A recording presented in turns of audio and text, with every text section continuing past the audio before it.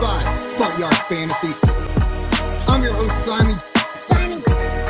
Joined as always by my wildly handsome co-host, John Luke Garofalo. Our friend Coop with us, aka Coop A. Fiasco.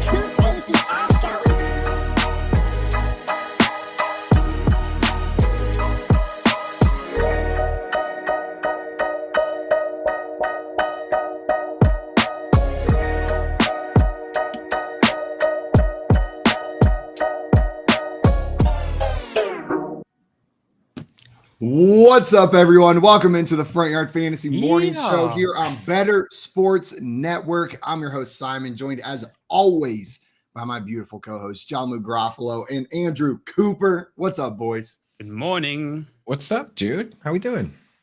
Good morning. Good morning. I was finishing your song for you, Jay. Beautiful. You didn't finish the last two lines right there. It's going pretty well this morning. I got a little morning rasp right now, so bear with me. It's gonna go. It's gonna be a little sultry coming from Simon today. Sultry Simon. We got Tommy in the chat saying, "Yo, yo, yo! Time for the show." He comes in with that rhyme every single day. What's up, Tomo the Bomber? Welcome in. And Craig in the chat saying, "Early AM salutations, friends. Early AM salutations to you as well, Craig." Guys, thanks for tuning in bright and early this morning. Escargot. Escargot. It is Wednesday, my dudes, which means it's time to get ready for week 8. Wednesday's the best non-football day because I feel like we're sitting there and we're just ready to go for Thursday. Like I got all the energy I need. I got a full day to prep all my lineups. Everything's got that hump day hype. Got that hump day hype. To wake up, see what you got on Christmas waivers. You know what I mean? See what came through for you. Did you guys get our boy TT Turbo in any leagues anywhere? I didn't get any TT Turbo. I was outbid in the 2 leagues that I put bids on him for, and didn't get him. I did get 1 share of Mr. Wandale Robinson, though. So I got 1 share of Mr. Wandale, and I'm excited to put him on my bench and not start him next week, as I hope that he gets a larger snap percentage, because I'm not starting a guy who only played 14 snaps yet, unless it's an emergency. Guys, there was some news that went down this past week. Jim Irsay said he doesn't care if Snyder might have dirt on other owners. He can investigate me till the cows come home. I'm not going to back off. This came from by Lindsey H. Jones on Twitter. When asked if there are 24 votes, Irsay said, "I think potentially there will be." We've talked about this before, but I hate Dan Snyder. I hope he gets removed as an owner. I don't think it's good for the NFL that he owns a team. But if he wants to take some other garbage out with him on the way out, I'm totally cool with it. I will cheer for him whistle blowing away to get these other shitty owners out, as long as it doesn't save his ass. Like, as long as Dan Snyder's not saved in this mess, I don't care if he rats out 10 other managers, right? Like, it doesn't matter if it's the owner of whatever team you cheer for. You should be happy if other people get exposed and taken out of this league. As long as he only gets Bob Kraft and we get to keep like Robert Kraft. Like if he cleans house on everybody, we have to find a new owner. Ugh, that'd be so annoying. Let's just, let's keep it to 1. All right. Keep it to just 1. Jolly Rancher in the chat saying good morning. In the trap. Mama Grunewald. Mom, get out. I was thinking more like young Jeezy. Like she's up in here, like it's going down. I heard, yeah. What's up, Mom? Welcome. Good morning, cute guys. Perhaps not. Yeah, perhaps I'm a not. G running the trap house. Perhaps not Jeezy. Maybe not what Jeezy would say, but maybe. I think it's about what Jeezy would say. I think that's your show. It's pretty hard. Pretty hard right there on this pretty hump hard day. Man, when I worked at a summer camp and I was responsible for a class of 4-year-olds, right? Like I was, as a college student, solely responsible for upwards of 24-year-olds during the week, writing lesson plans, running camp. It was a lot. And then it became too much the second that Hump Day commercial got released, that Geico Hump Day commercial. Every Wednesday became borderline unbearable when you have 24-year-olds who have all seen the same Geico Hump Day commercial, because that's funny. That's really funny, apparently, to just run around screaming it's Hump Day at every other 4-year-old you've ever seen for days and days on end. Still do it as a 28-year-old. You would be shocked. It never gets old. You can just say it 100 times over and over again every single week, all summer. 24-year-olds and then also 24-year-olds It's pretty much everybody like JL, for instance, doing it. It's pretty much everybody doing that. So let's just not even bring it up. There it is. Perfect. I already said it. Now it's going to be stuck in your head. You're going to have to say it the rest of the time. We got J Wall in the chat saying last day in Bali, then I have to come back to you knuckleheads. Well, enjoy your last day, man. Because it's going to be hell when you get back. I'm just kidding. We're excited to have you back, J Wall. Can't wait to get you back over there. And Tommy says, where are those 4-year-olds now? Would love to see how you shaped their future. You know what?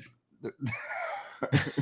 They're aging really slowly. It's been 4 years, but they've only aged 1 year. There's some Still loving the hump day commercial though. Still loving the hump day Still commercial. slaps. Dude, what's funny is that you make fun of them for that, but you guys just do the whole what's that, but like, like last week. So I think that every generation has their own hump day commercial. That's fair. For sure. Dude, we lost it at that. That was we absolutely lost our minds at that commercial. I'll never forget watching it for the first time. Like collectively, the whole world just like very important commercial. All we talked about at school the next day. Everybody, like I think every person in the world said "What's that?" at least once after that came out. Like it was universal. I think we bring it back. Now, dude, how hyped would you be if you were watching the Super Bowl and that commercial came back on? They did like a throwback. Why haven't they done that? I think it's time, dude. I think it's time. It's absolutely time. Having that stamp on the world, right? Like you created that. That was your masterpiece. People are still talking about it. It has to be the right amount of time, though, right? Like it has to be the right. I think it's been long enough. Like there are certain songs that are like that too. Like I think it's been long enough. We can bring back like Soulja Boy now, right? Like we can bring back some of those songs, but you have to wait the right amount of time. Every bar and bat mitzvah I ever went to, was it Soulja Boy? Superman. That's one of those songs. Like whenever it comes on, all of a sudden, like you're like, man, I didn't even like this song that much. And by like the second, better go dance. By like the second verse, you're like, you're over there, like cranking it. You're like, I don't even want to do this. You got to do it. You can't help it. It pulls it out of you. My wife and my sister-in-law love that song, but they like to put it on, and then instead of doing that regular dance, they do the electric slide to it, and it goes literally perfectly. It might go more perfectly with the words than the actual Soulja Boy dance, like the electric slide. That is hilarious.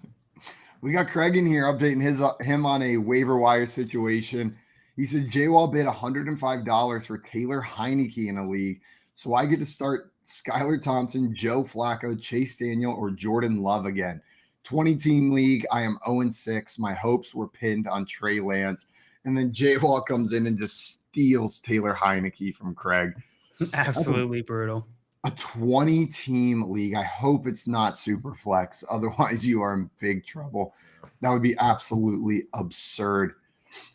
We had some more news. The Tampa Bay Buccaneers star Tom Brady shed light on his struggle with the work-life balance while talking with Kevin Durant on this week's episode of the Quarterbacks Let's Go podcast. He said he's struggling to focus on personal life during the season, compares it to war. The reality is, he continued, is you can really only be authentic to yourself, right? Whatever you may say, oh man, I want to, make sure I spend a little more time doing this during the season. The reality is, when it comes down to it, your competitiveness takes over. And as much as you want to have this playful balance with the work balance, you're going to end up doing exactly what you've always done, which is why you are who you are. Dude sounds like he's struggling a little bit, right? Yeah, like it just sounds working through like something. This is rough. This is rough. It sounds like he doesn't know how to not play football is what it sounds like. Know what I mean? Like, even if you want, like, and I know that sounds ridiculous, but it sounds like this dude is, truly dedicated his entire life, every waking moment for the last 20 years to this sport. And the idea of stopping seems like impossible to him. And that's probably messing with his psyche. He's seeing things fall apart around him. He's seeing his things in his personal life kind of take a hit because of this, and it sounds like he feels helpless in it. It sounds like that message was hopefully broadcasted to someone very specific in his mind. That's what that message sounds like to me. Like you're saying like a subtweet type thing. Yeah. Okay. Like when you like subtweet your like he's trying to say something, perhaps. But he's just not saying it. Yeah. It's like when a coach says something to the media, but he's really saying like, somebody needs to stop fumbling, and he's actually talking to Melvin Gordon, right? It's like one of those things. I think that message is meant for someone very specific. When Maria says someone has to stop leaving the toilet seat up. Right. I go to my dog. I do that with my dog. Rosie. I'm like, Mama forgot to get milk. Can you believe it?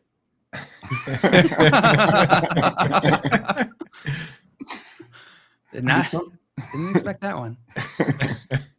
It seems like and I'm digging the vibe with like Melvin Gordon, Tom Brady. I feel like NFL players are being a little bit more open about their like emotions this season. Like I feel like I'm having trouble remembering players being this open about like real, genuine like struggles or things they're feeling. Like Melvin Gordon was true. He was like, yeah, I was sad. Like that hurt. I felt like I could help the team, and I was not allowed to do so. We see Tom Brady coming out like telling us like, man, this is hard. Like this is really hard for me. Wait, that long quote you just told us, was that was Tom Brady or was that Melvin Gordon? Because I thought it was Tom Brady. That was Tom Brady. That was Tom Brady talking to one of Kevin Durant's burners on Twitter. But the Melvin Gordon thing was also this week. You know what I mean? But Melvin Gordon, dude, I mean, like, it's a little different.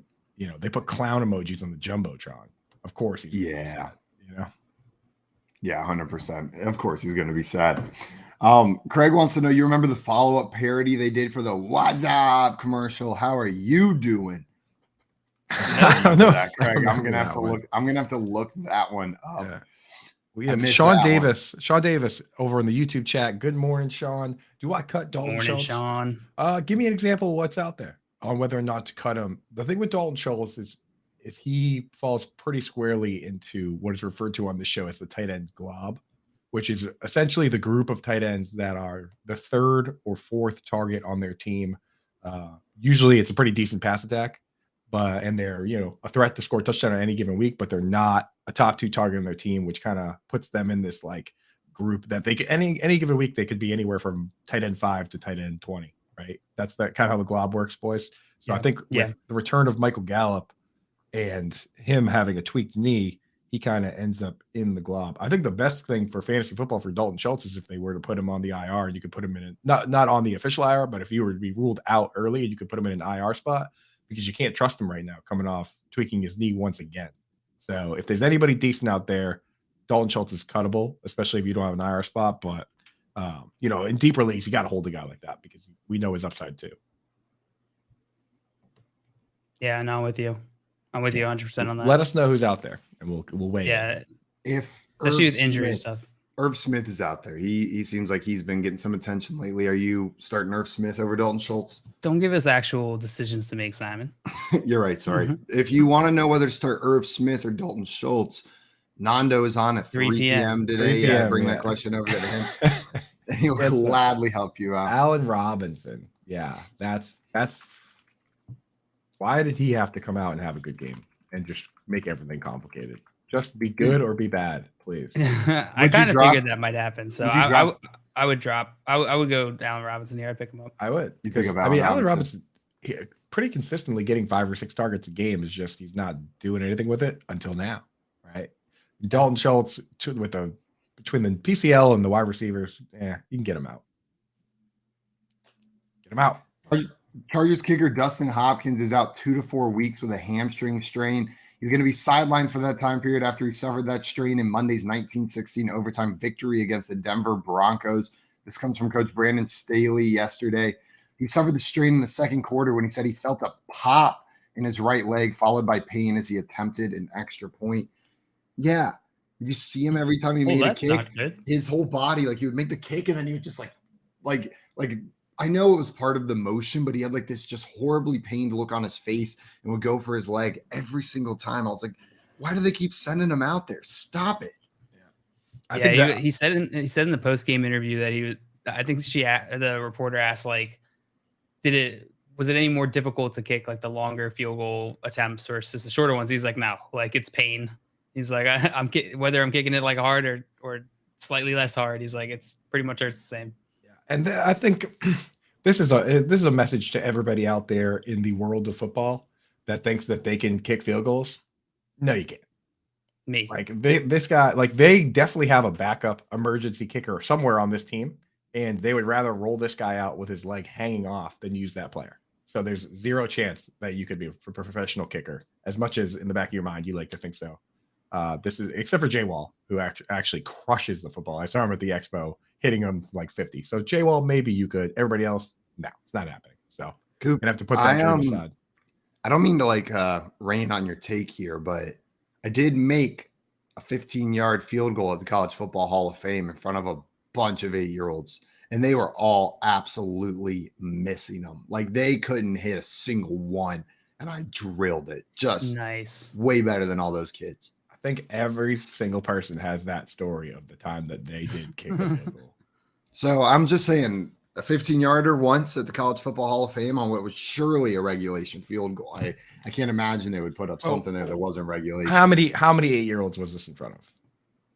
Oh, 16? At least 16. Like there was a whole line formed. I was the one adult in the line with all of the children. Were you in charge of these children, or were they just? No, my dad and I went to the College Football Hall of Fame, and as we're leaving, we like there's like this interactive area, and like, and I see it, I'm like, I'm gonna do it, Dad. The funny part is, I stand in line, and then I look around and realize I'm the only adult in line. It's all children out there to kick the field goal. Of course. And then I look over, and my dad is standing with all the other parents waiting for their kids to kick a field goal. It's like my dad's chilling with the parents, like watching the kids. I'm just imagining him over there, like after I make it, like he always he's like, "That's my boy." Like that's my kid. Who just see that kid who just nailed the field goal. Did he put his hand like after you hit it? He put his hand on your shoulder, and you guys just walked off into the sunset.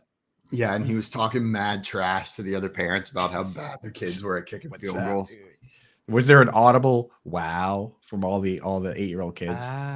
Not audible. In fact, none of them reacted at all. But I have to imagine they were just so shocked and impressed. Not a single one of them remember. Yeah, they still talk about it to this day. I'm sure, without a doubt. They bring it up just as often as Jail brings up like that he went to high school with Stephon Diggs. Did I tell you guys about that?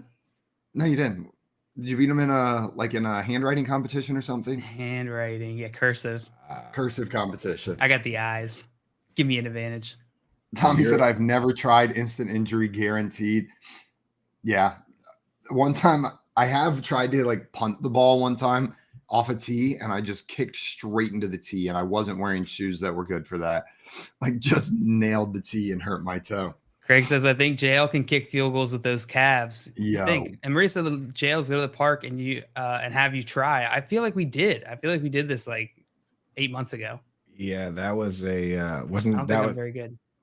That was catching pass. No, that was a 40 time that we were doing. Running routes. That was a different time. Yeah, we went to the park another time. You've been to the park twice? Yeah. That's incredible. Slow down, There's squirrels. Slow down. Well, how many 8-year-olds were there when you kicked yours? 16 exactly. So that's incredible. That's I mean, now you know how it feels then to be the coolest kid in the room. We had some more news yesterday. Ravens signed wide receiver Deshaun Jackson to the practice squad. He'll play a 15th season in the NFL after being signed to the Ravens practice squad on Tuesday.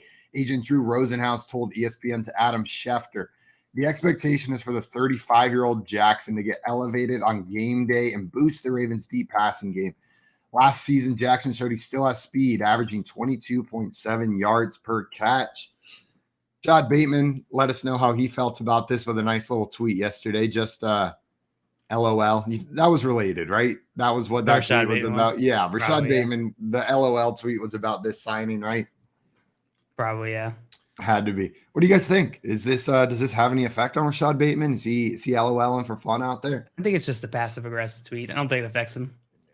I can't wait. Classic wide receiver. Can't wait to see Deshaun Jackson catch his 160-yard pass and then get injured, which is that's his move, right? I was in the Discord yesterday, our Front Yard Fantasy Discord, and we were chatting. I think whenever this news dropped, and I just was like, "Oh, I don't want to talk about Deshaun Jackson anymore. Like, I don't want to do this." Still waiting on my invite to the Discord, dude. Not sure. Dude, Kevin Tompkins is there. Dude, why aren't you in there? That's a really. I don't know why question. that's like the qualifier. Why that's really the qualifier for you. Kevin's in there. What the you're heck? not. Come on, Coop. Makes me feel even worse, dude. Makes me feel even worse. Absolutely. I need an invite by the end of the next break. You're gonna have one right now. We can get that to you. No, Dale, my reaction to the Deshaun Jackson signing was exactly the same. It was like I'm just gonna pretend like this didn't happen. I'm not doing this again. Copy pasta what we said the last time. He'll have a big game probably. Maybe not this week, but like he'll probably have a long touchdown and people will be like, oh, we need to pay attention. And that either he's gonna get injured or just not do it again. He's not a fantasy relevant option. Coop, are you picking him up? Deshaun Jackson? Yes. Did I just answer the question? I think I might have just answered that question. Yeah. And Craig said Coop is in Grimace Discord, but not FYF Discord. I think his priorities are on point. True. Craig's not kidding. Craig sent me I am in the Grimace Discord. And Craig sent me a link to a Grimace Reddit. And that place might even be weirder than the Grimace Discord. Most Grimace communities. Pretty sure you're the mod. Super weird. Yeah, I am. We had a question come in here from Randy. Randy wants to know, should I trade Deontay Johnson for ETN? His current wide receivers are Mike Evans, T. Higgins, Adam Thielen, and Drake London. And he's got Walker and Mixon at running back. So would you trade Deontay Johnson straight up for Travis Etienne if this was your team? I think I would. No. I don't know. You're not? I mean, he's not going to use Deontay Johnson with. You can get away with those wide receivers. Do you start 2 wide receivers or 3, Randy? I think that's a big question here because if you start 2, then it's just Evans and Higgins all the time, nonstop. Can't stop, won't stop. Nonstop, won't stop. Yeah, I'm with you. I like this trade. Add some depth at running back. Walker and Mixon are great starts, but ETN's a flex-worthy player and a great next. 2 wide receivers in a flex jail. Does that change your opinion? I was always on your guys' side. I just thought it was the other side. I thought it was flipped. I thought you were trading ETN away. I was gonna say, dude, like you're like you carry the ETN flag, so I could figure I get down on you for that. All right, so we're in agreement. Yeah. No, I'm with you. JL is just stupid, but we fixed it. I'm just an idiot. Yeah. So very good. We had one more piece of news I wanted to go over. Chase Claypool could be made available via a trade. He would likely be made available if the team struggles before the trade deadline. Considering he's not a free agent until 2024, he would not be a rental for a potential playoff team looking to bolster their receiver group. This could be a guy where it's under contract with that team for a couple years. Any teams where you would like to see Claypool end up? You get a little excited thinking about Claypool on any of these teams? All the usual suspects, right? The Packers, the Lions, Packers, Chiefs, Lions, the Bears. The Bears, yeah, that'd be so exciting. Yeah, I mean, the Jets. In my mind, Chase Claypool's been available this entire time just because he's been kind of a punk, has he not? Like he kind of butted heads with Mike Tomlin, said he was a top 3 wide receiver in the league, which is absolute diva style, right? So, I love it. Yeah, dude, you know what? I don't count that against him at all. Me neither. Did you say he looks like 6'9"? So disrespectful. But he kind of does, though. So I don't know. Oh man, I don't take any. I don't take him down a peg at all, really, for a lot of the emotional growing up things. You know, do what he does. Say you're top 3, man. You know what? Believe in yourself because nobody else will. I like that. That's what, every time people are going hard on like these young players, like they got an attitude or they're doing something, I'm like, man, if when I was 21 years old, someone handed me a couple $1 million, I'd probably be a problem too. Know what I mean? Like a couple $1 million and celebrity status. Like you got celebrity status and all the money you could ever want. And I'd probably be a real asshole. Right. I'm already pretty annoying as is, dude. You know? I got way too confident already as like a broke kind of chubby dude living in South Texas. Like I got no reason. Oh, that's your image of yourself in your head. Yeah, I love me some me, and I'm not even rich, you know.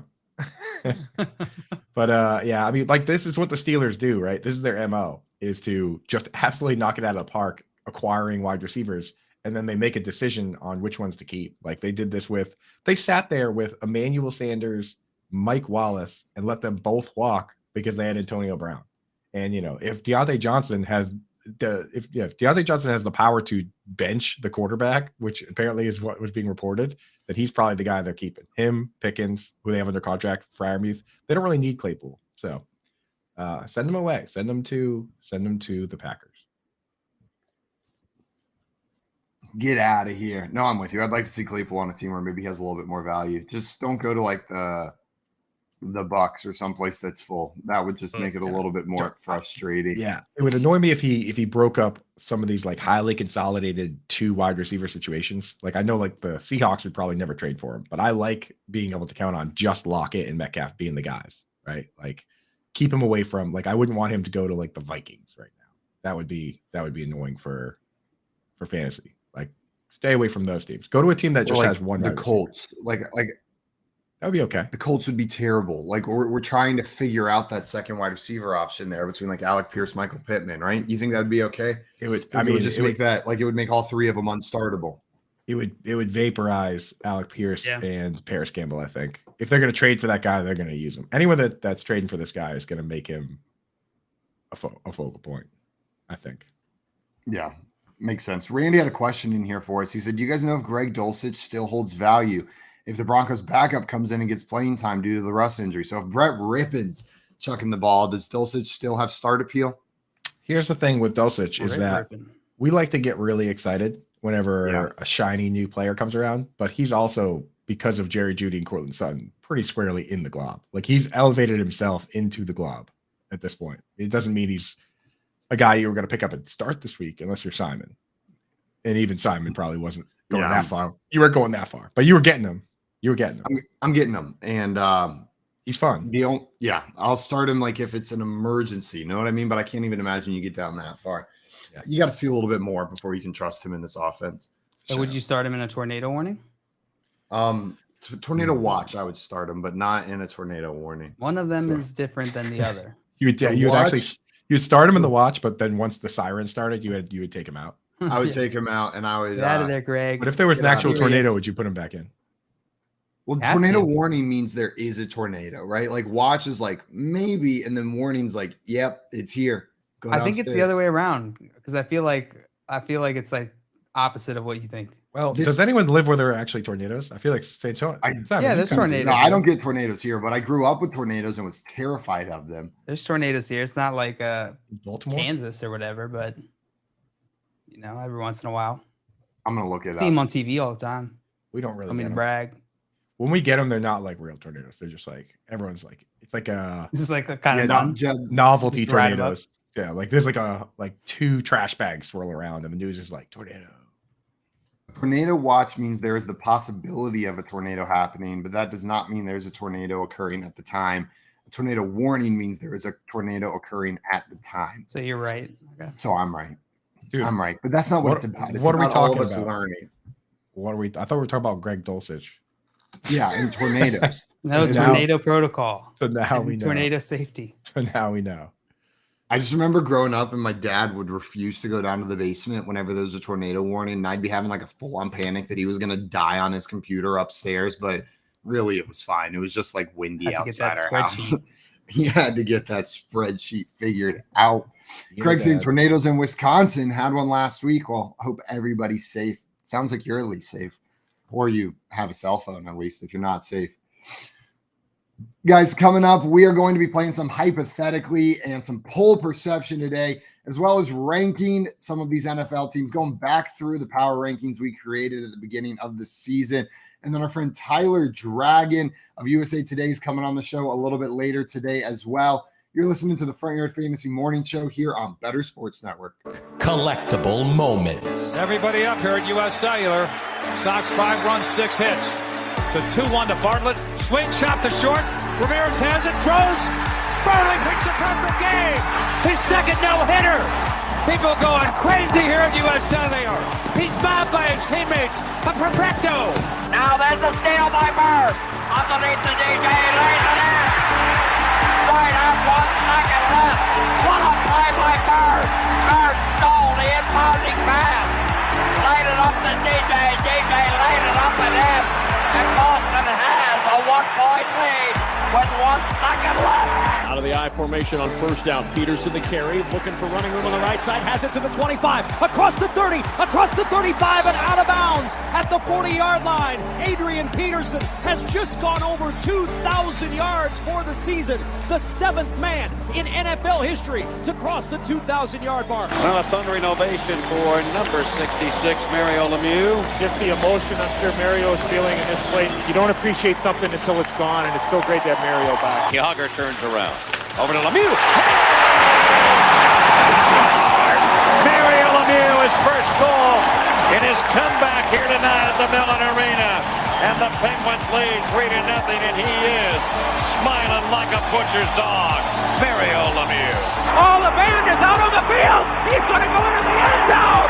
The Bears have scored, but the bands are out on the field. Pearson moves in front of the STP dive. Petty comes back to the inside. They almost touch as they move down low in the banking. They're going to be side by side as they exit the bank and head for the finish line. Richard Petty goes back in front. They both spin. They're in the wall. Petty is sliding, slamming into the wall. He's coming down toward the finish line. Will he make it? Pearson is still running. The winner is car number 21. An amazing finish. Richard Petty's car demolished in the front end, as well as car number 21. An unbelievable finish, a terrible crash. David Pearson has won the Daytona 500. Leitner catches, comes down, dribbles, shoots, scores! Christian Leitner has hit the bucket at the buzzer! Pitched by Downing, swinging, there's a drive into left center field. That ball is going to be out of here. It's gone. It's 7-15. There's a new home run champion of all time, and it's Henry Aaron. The most valuable player is Magic Johnson. 42 points, 15 rebounds, and 7 assists. He starts at center, plays forward and guard, and leads the Los Angeles Lakers to a world championship 123-107 over Philadelphia. Whether you collect sports memorabilia, fantasy championships, or winning bet slips, talk about it on Better Sports Network.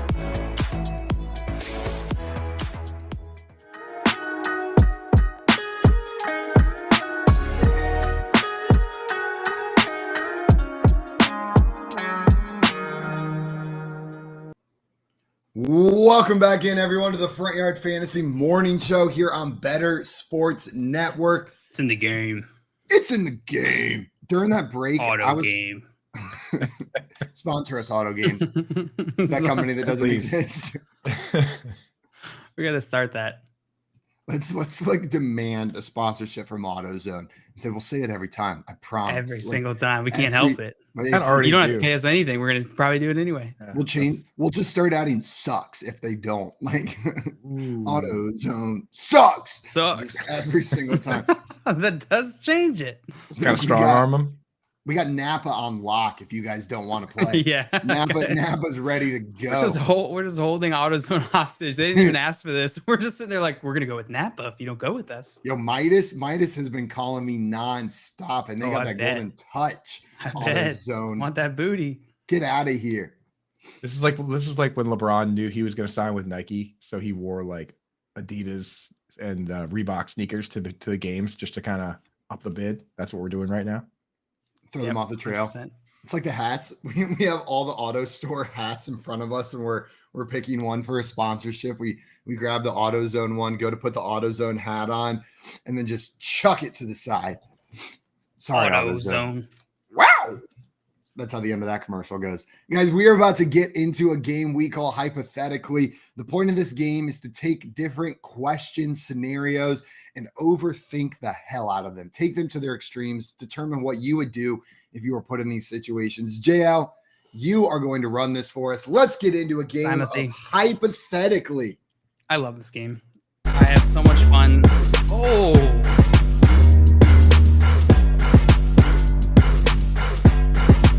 The JL dance. Joe, this is what you said you would do at a wedding, right? Yeah. Something with your hands? Yeah, something like that. It's a strong move. We should never have given Keith access to our thumbnail. Yeah. All right. You guys ready to get into this? Let's do it. All right. Here's your first prompt, fellas. I'm going to go through this. You'll have a chance to ask some clarification questions, really dissect this whole situation before you have to answer. Here it is. You're waiting in line for a wicked scary coaster at King's Dominion, the amusement park, on a hot July afternoon. It's finally your turn to ride, so you eagerly climb into the car and buckle up. The ride attendant checks everyone's buckles and goes to start the ride. Before she can, Taysom Hill pushes his way through the line, looking anxious as he seats himself in the seat next to you, staring at you as he buckles himself in and the ride begins. You begin to panic. You start looking around for someone to help. What happens next?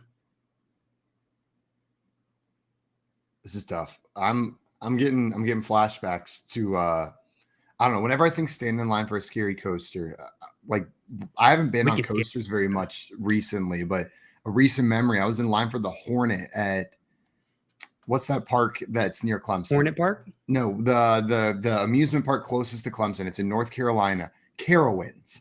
I was at Carowinds in line for the Hornet, which was their new coaster.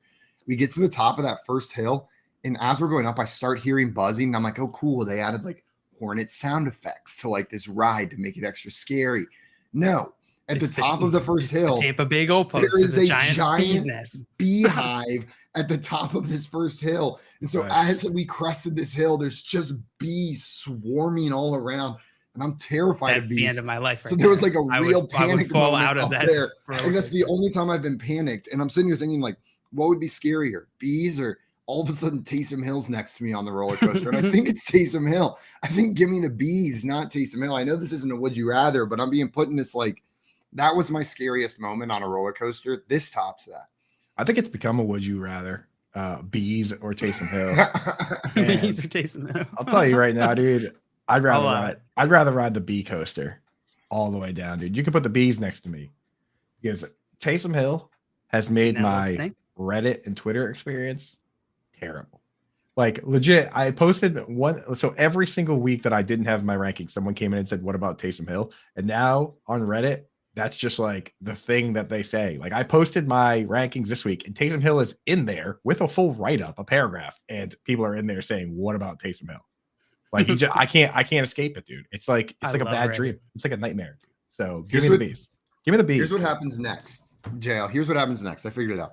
The only explanation for how Taysom Hill is like continuously getting all these snaps, getting out on the field through multiple head coaches now is he's an expert hypnotist. Like he gets these people under his spell without a doubt. He can do it. No line. And I think his phrase is he looks you in the eyes and he says, put me in, coach. And then you're under his spell. So I think he sits down. We get to the top of the hill. Like I start getting a little nervous a little bit. I like accidentally without thinking reach over and like grab his hand for a second. And in that split moment, as I realize, oh shoot, I shouldn't do that to this man. I look over at him. He looks me in the eyes and he goes, that's not a man. He says, that's a god. Put me in, coach. And then snap. I'm under a spell. I'm no longer scared. We get off the ride. My girlfriend's waiting for me, but I don't even acknowledge her. She doesn't ride with you. No, like she was too scared. Taysom Hill kicked her out of her seat. That's what happened. Like he was like, he said he looked at her in the eyes and said, "Put me in." Put laxatives in her drink. So she's waiting for us. We don't acknowledge each other anymore. We both just follow Taysom Hill out of the theme park back to the Saints Stadium. We're with him in New Orleans, and we're just retrieving balls for him. We're his little football lackeys now for the rest of our existence. We are. He did all of this just to have a backboard. You think that's what happens? But so he steals your girlfriend's seat. But the moment you go to hold his hand, Sean Payton comes in to fight you because he's so jealous. so then Sean Payton steals your seat, and now they're just riding the coaster without you guys, which is fine because they'll have to deal with the bees. Yeah, you turn around looking for help, and it's Sean Payton, pursed lips, just. He's so mad, dude. He's got the Arthur fist, just. Oh. He's got arms crossed. You get off the ride, you and Taysom are like, "Oh, that was so much fun." And Sean Payton walks up and goes, "Taysom, you want to introduce me to your friend?" He's walking like 5 feet behind you with his arm. Like, when I think about Taysom Hill, I like to think that he has like the green light to sub himself into the game at any position at any time. At any moment, he just starts jogging out, and going like this, and whoever comes off, like he doesn't even know what position he's going to be playing. He just jogs out. And he's like, "Who needs in the moment?" Yeah, who needs a breather? What were you playing again? Right, exactly. I'm left tackle. The guard, breather, big exactly. He just comes out. He's like, "Anyone need a breather?" And he plays whatever position is available at the time. Seems to be the case. Tommy says, "Go in for the kiss." It depends on the kind of coaster. Is this like a over-the-shoulder coaster? Is this like a lap belt coaster? Okay, then it's going to be hard to go in for the tunnel. You're going to be going like like this, like, and he's try anyway. Not gonna reach. You're gonna have to do the classic, and then just smush it on him. I was gonna ask what Taysom Hill's doing in Virginia, but what am I doing in Virginia? Yeah, that's pretty far from me. That's a really good far from you. That's a good question. Pretty far from most of us. You were just watching the Saints game, and all of a sudden, Taysom Hill over the broadcast said, "Put me in, coach." And you just stood up, walked to the airport, bought a ticket to Virginia, showed up. So you were already under a spell, and you didn't even know it. Simon, Leanne, and I were all waiting there for you at the airport. Taysom Hill has sleeper agents all over the country that he's hypnotized without even knowing. And then over the broadcast, you just hear, "Put me in, coach." And Sean Payton's just Scrappy Doo on the inside. 15% of the United States population stands up and starts walking towards New Orleans as Taysom Hill says, "Put me in, coach," on the air. We're all just like tight end designation.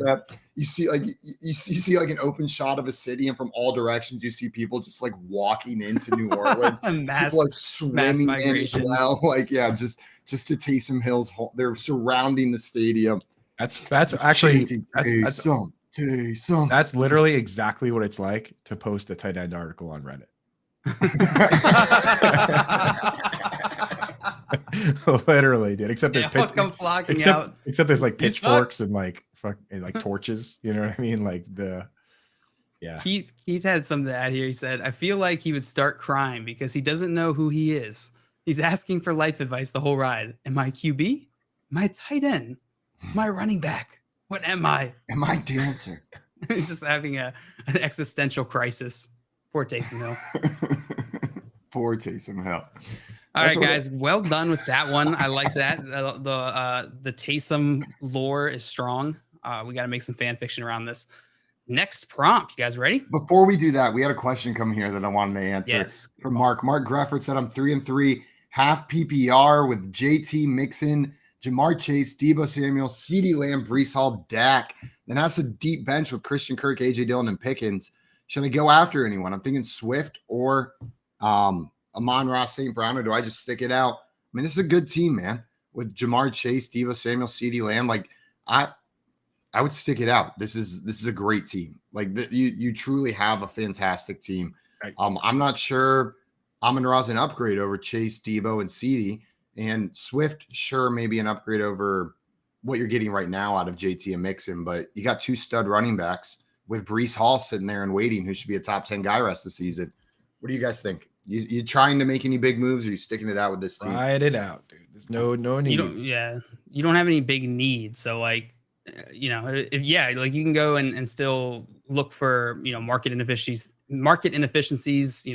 players where you and your league mates are not quite aligned. But yeah, I don't think you have your team is solid. It's super balanced, strong. So yeah, anyone you add would just be, stockpiling that up. Leave it. 100%. Okay, now I'm ready, JL. All right. Here is your next prompt, fellas. Would you rather have nipples or 4 first-round rookie draft picks? Wait, like not extra nipples, just like my nipples disappear if I take the picks? Yep. 2023? Yep. And is it 4 additional to what I already have? Or like, if I have 2 in a league, do I now just get 2 extra? It's additional. Okay. And are they like the first 4 picks of the draft? No, they're not the first 4. Randomly distributed. And it's a guarantee. It's like, is it clear? Is it? Are there marks where my nipples used to be, or am I just flat? Like there's nothing there. Like it's just like a Barbie doll chest, no nipples, just flat. I have no idea if what I'm about to say is accurate, but it's like Kyle XY. Don't know what that is. You guys remember that show? The TV show Kyle XY. You were bringing back. I remember. Oh, wait, no, that's a belly button thing. It's not a nipples thing. So it's like Kyle XY. Is that the whole thing of the show, that he just doesn't have a belly button? Yeah, that's the whole premise. Yeah, he just shows up and he's like, dude, I don't know, man. It's not there. Yeah, they're just not there, Simon. There's no like deep crevice marks or something. I don't know. What was the alternative that you were? And if I take the nipple, well, I'm just thinking like, are there marks? Like, is there like scars where the nipples were? It used to be nipples. Exactly. Like are there like circles that are now empty? Like, does it look like just the outline of a nipple on my chest now, or is it just bare, clean. Just bare. Ken doll. Man, you know what? I hate that I do this, but in all these would you rathers, I go like, is this a cool party trick? Like, it's like whipping up your shirt and you got no nipples. Like, that's some attention. Is that a trick? Every time, like, if you go to the lake with some friends you've never been with before, like my girlfriend's friends invite me to the lake and I take my shirt off, it's a topic of conversation that I have like, no come nipples, on, show me your right? nipples. You're like, no, I don't want to. Like, A cool conversation piece. They'll show them your nipples. I can't. You know what? Show us your nipples. I can't. Small talk. It's a nice pivot. You know, you're at the grocery store. You see someone from high school. You're like, hey, by the way, I have no nipples. Guess what? Guess what? You can get them smooth as a bear down there. Can I get my nipples tattooed back on? Like, can I get tattoos of nipples? You can, but they don't look realistic. Okay, I was gonna say they're like goofy. There are tattoo artists who specialize in that. Shout out to those tattoo artists. There's like a couple you can like. I've seen them on Instagram where they do disproportionately large. You'd have to stay in pretty good shape though, because like people all the time would be like, show them. Yeah, and then you'd have to, you know what I mean? You'd have to do like, that thing you do. Lift your shirt up and show everybody all the time. So you'd have to at least try to stay in good shape because you can't be fat and also lifting up your shirt all the time. I mean, you can. You just got to have that confidence. It's all about swag, rocking dude. it. That's just another party trick, being super fat. Yeah. All right. I think I'm ready to answer this one. Tommy had one more question. So, can you grow your chest hair out so they are hidden? No, I can't. JL doesn't have to answer that one for me. No, I can't, Tommy. And know that it just grows like around it, but it just becomes like that much more apparent that there's like giant patch in your grass. It's All right, let's just say one of mine would be more covered than the other. I have disproportionate chest hair. Very cool. It does not grow equally on the right and left side. Show us. He had nipples, but not a belly button. Keith, what's the rule on nipples on this show? Are we allowed to show nipples or not? My guess is that you want to keep the nips to a minimum. I disagree fully. A nippimum. JL, I'm taking. No, do I get extra nipples if I give up the picks I already have? Like, I've got one first round pick in a league. If I say you can have that pick for an extra nipple, well, okay. So the currency exchange type of situation. I was going to say the rate of trade that we're doing here is 2 firsts for a nipple. Yeah. Is basically the exchange rate here. It's 2 firsts equals 1 nipple is what we've got as the going rate here. If I have 2 firsts in a league and I don't take the extra 4 and I give you those 2, can I add a 3rd nipple? Because that's a better party trick. If you can find a way to trade your nipples in Sleeper or an equivalent fantasy platform, you can absolutely do it. Kickers equal nipples. It sounds like we've done in the chat. Joey's open to doing that trade. It sounds like Joey already made it clear that he's willing to accept nipples as. This got me. He said, Joey writes that if anyone chooses the picks, I'll take any leftover nipples. Can never have enough. Never know when you'll need them. That's what I'm saying. I think I would trade. I would trade 2 firsts for a nipple. Get that 3rd one on there somewhere. That's a better party trick. I'll tell you. I'll answer this question right now. That this is just another one of those classic ones where one side of this equation gets both the good sides. Because I don't know about you guys, but sometimes when I run or ride bikes, my nipples will chafe, and it's just like brutal. Especially if it's like nipples? A 5K or 10K. No, with the shirts and stuff, man. So for me, having no nipples, dude, I feel like that's a bonus. So I'll take the picks, and you can take the nipples, dude. Get them out of my sight. Doesn't even want them. When I ran cross country in my freshman year, one of the girls on the team, her dad would always come run with us, and he was odd to say the least. Like an odd man, beard down to like his belly button, bald head, a little goofy, like clearly a runner. Like had like I've been running for 50 years body. You know what I'm talking about? So in shape, but it's all I know lean. Exactly what you're talking nothing about. but lean muscle on this man's body. But it's old muscle. Oh, it's old muscle. That muscle has been through the. He could run for years. And I remember I was running with him. Like he was running with me during like a summer practice one time. And I was new to running. And he like looked at me and was like, so like, you know, if you ever have issues with your nipples chafing, they sell nip guards. And I was like, oh, really? Like, I can help you with that. Thanks for the advice. And then like the next day at practice, he brought me, they were these little foam, like octagons with like a sticker on the back. You just put them over? Like, no, and he brought them for me. Like a car cover? Like apparently I expressed interest just trying to end the conversation. Yeah. And then you just stick it on your nipple. There's like a little hollow space for your nipple to live in so that your shirt doesn't rub against it. And like a little nipple it was igloo. very nice of him, but like I've never met Sideways this man. Patrick Star. Yeah. So yeah, that's the thing. That's another bonus is that like if some man comes up to you, like, made out of beef jerky or whatever you could just describe this guy to be, you can just say, hey, I don't have any nipples. So this conversation's over. So someone tries to rob you, like, hey, I don't have any nipples. I don't have any nipples, so we don't have to have this whole nipple igloo thing that you're talking about here. You can just keep those. And I believe that's Davis Ping in the chat saying nipple bleeding is real, and it is. He said Kyle Pitts. So get him out. I'm not saying that. Get him off. I'm not saying that. Simon, what are you taking? I'm keeping my nipples. I'm keeping. I don't have enough. The number of Royce Freemans and N'Keal Harrys that I've drafted are not worth losing my nipples. Like, I think I got a better grip on drafting rookies now, but I also just drafted Terrace Marshall 2 seasons ago, so maybe I don't know anything. So I'm gonna keep my nipples. And if there's more nipples available for trade, I might try to acquire one or two. I might enter the market. Yeah, I'm in the market if you're trading nipples for picks. Just day trading, nothing big. Under 10K. Nipples, 2 first. of course. What do you keep? It's an early and a mid. I already answered. You went with the nips? No, you went the other way. I went the other way, right, dude, because the nipple bleed. All right, let's get into our last hypothetically prompt here.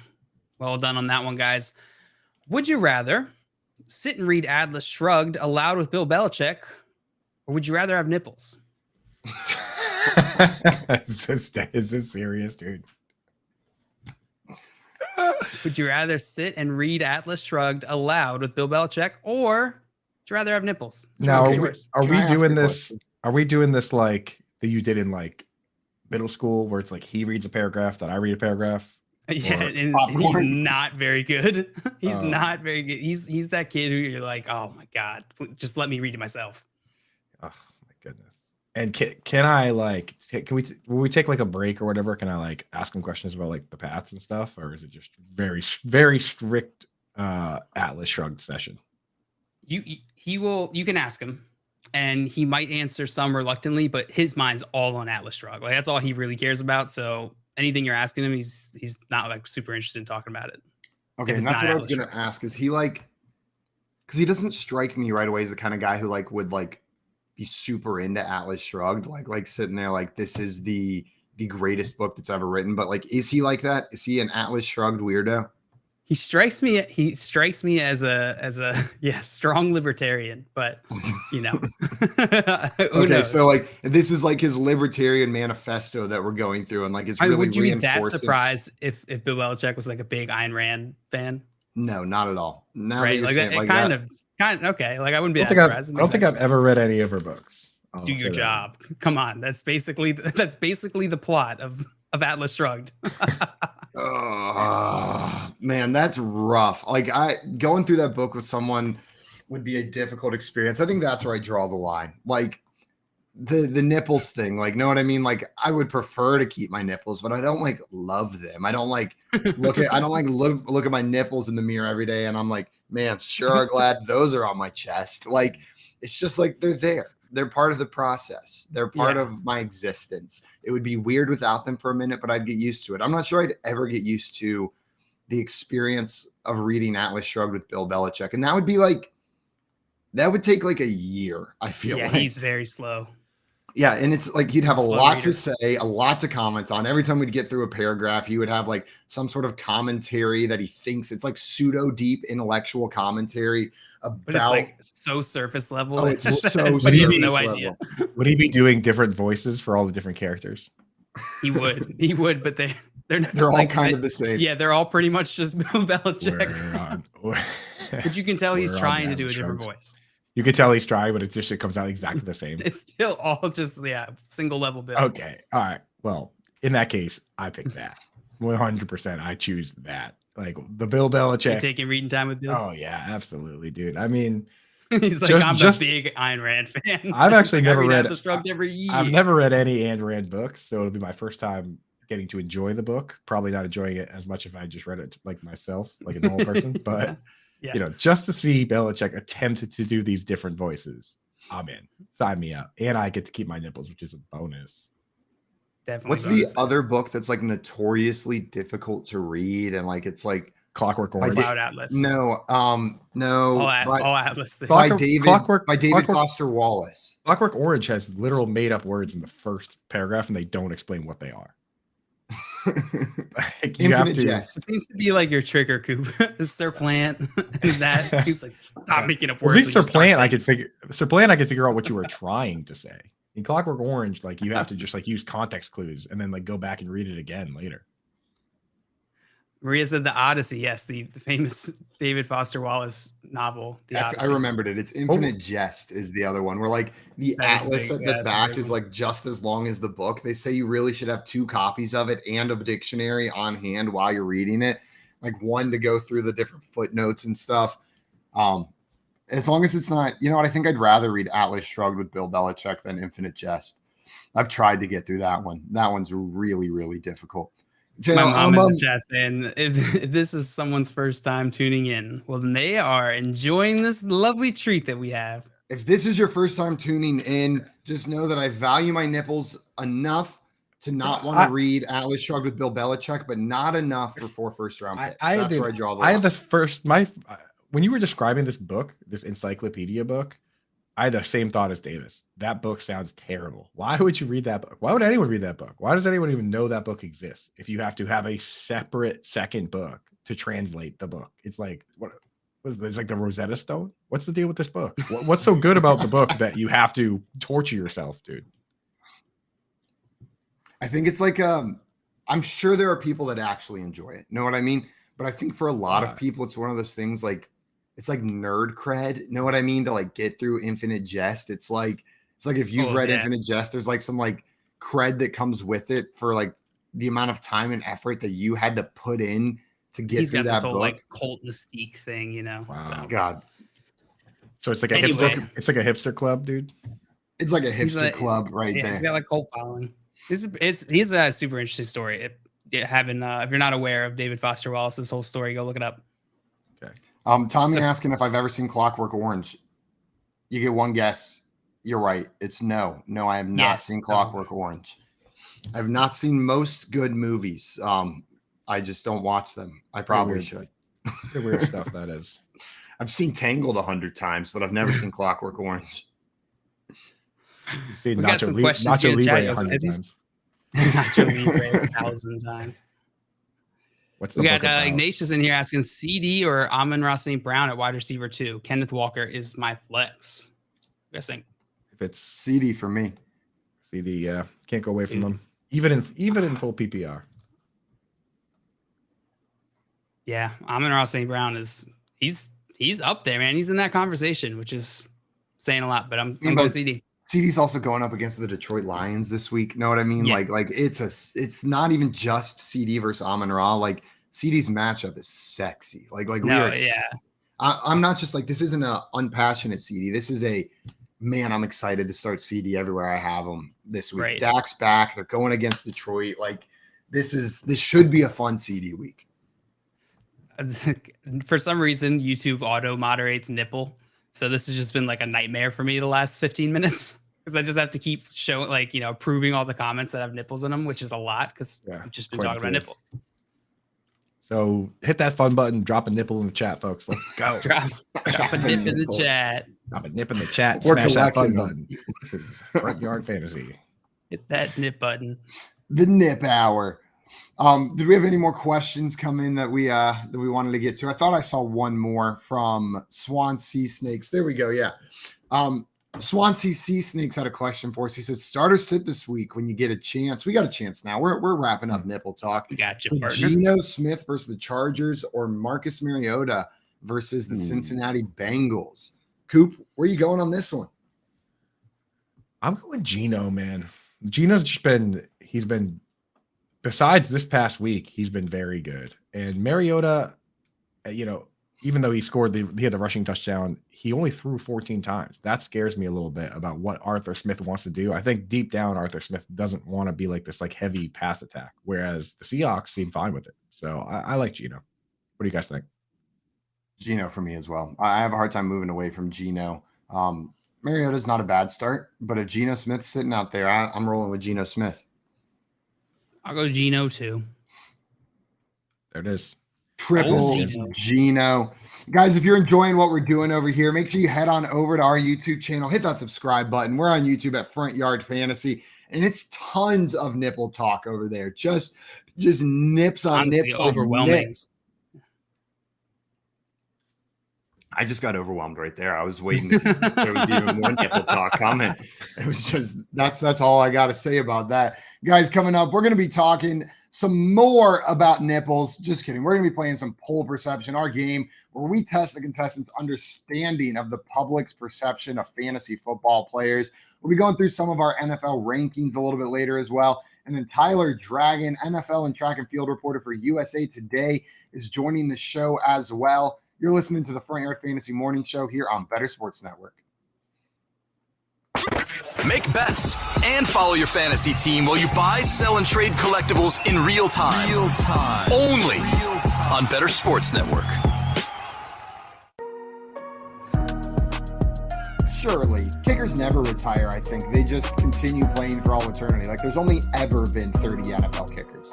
Yeah, they're always readily available too. It seems like, you know what I mean. Like they just get called up. They're like, you kicked for us 10 years ago, right? Why don't you run it back? I imagine Graham every Gano. single kicker that gets the call is on a high school football field somewhere, just practicing field goals after hours. Like it's like 9 p.m. and they're out there just in the local high school kicking field goals, and the phone rings. They get the call and they're like, yeah, I'm ready. I've been practicing for this. I have an amazing kicker story. If you guys have a second, too. I got a couple. The number one all-time field goal kicker is Adam Vinatieri. The next two guys are Morton and Gary Anderson, right? Gary Anderson was a dude from like South Africa that just played rugby and soccer. He just could absolutely boot the ball, right? They bring him over and he does like a tryout and he's just absolutely crushing the ball. And all these colleges are like, dude, we want you to come kick field goals for us. And he goes, I don't even want to play football. He goes, I want to play soccer. He goes, I want to play soccer. He goes, so if I can come to your school and play soccer, I'll also, in the fall, I'll kick for the football team. And Syracuse was like, yeah, sure, whatever. Like, you're on the soccer team. Like, come on. And he went to Syracuse to play soccer, but also kick field goals. And then he ended up being a top 3 point scorer in the NFL all the time. That's ridiculous. And his answer to recruiters was, I don't want to play football. I'll do it in my spare time. Yeah. He's like, you got a spot for me in the soccer team. Syracuse is like, yeah, we got a spot for you. We don't even care about our soccer team. We don't even care. We totally have that spot. Right? They had to like cobble together a soccer team. This guy's the captain. Oh my God. It's like Accepted, the movie, but they just like had to throw together a whole fake soccer team. Somehow they still got Justin Long. Right, yeah. Like Adam Sandler's the coach. And dude, imagine they win the national championship. That's a movie, dog. Yeah. Boom! Someone call up Disney. Yeah, we just wrote a movie for you, Disney. This has Disney sports movie written all over. I'm borderline crying right here just thinking about this movie right now. Dude, the story is even crazier. Like I should have looked it up again, but like it was like a high school coach that went and found him, and then that high school coach ended up being somebody crazy famous that like coached for the Rams. Stay tuned for sports. Talk about your picks, your fantasy teams, and your sports collectibles on Better Sports Network.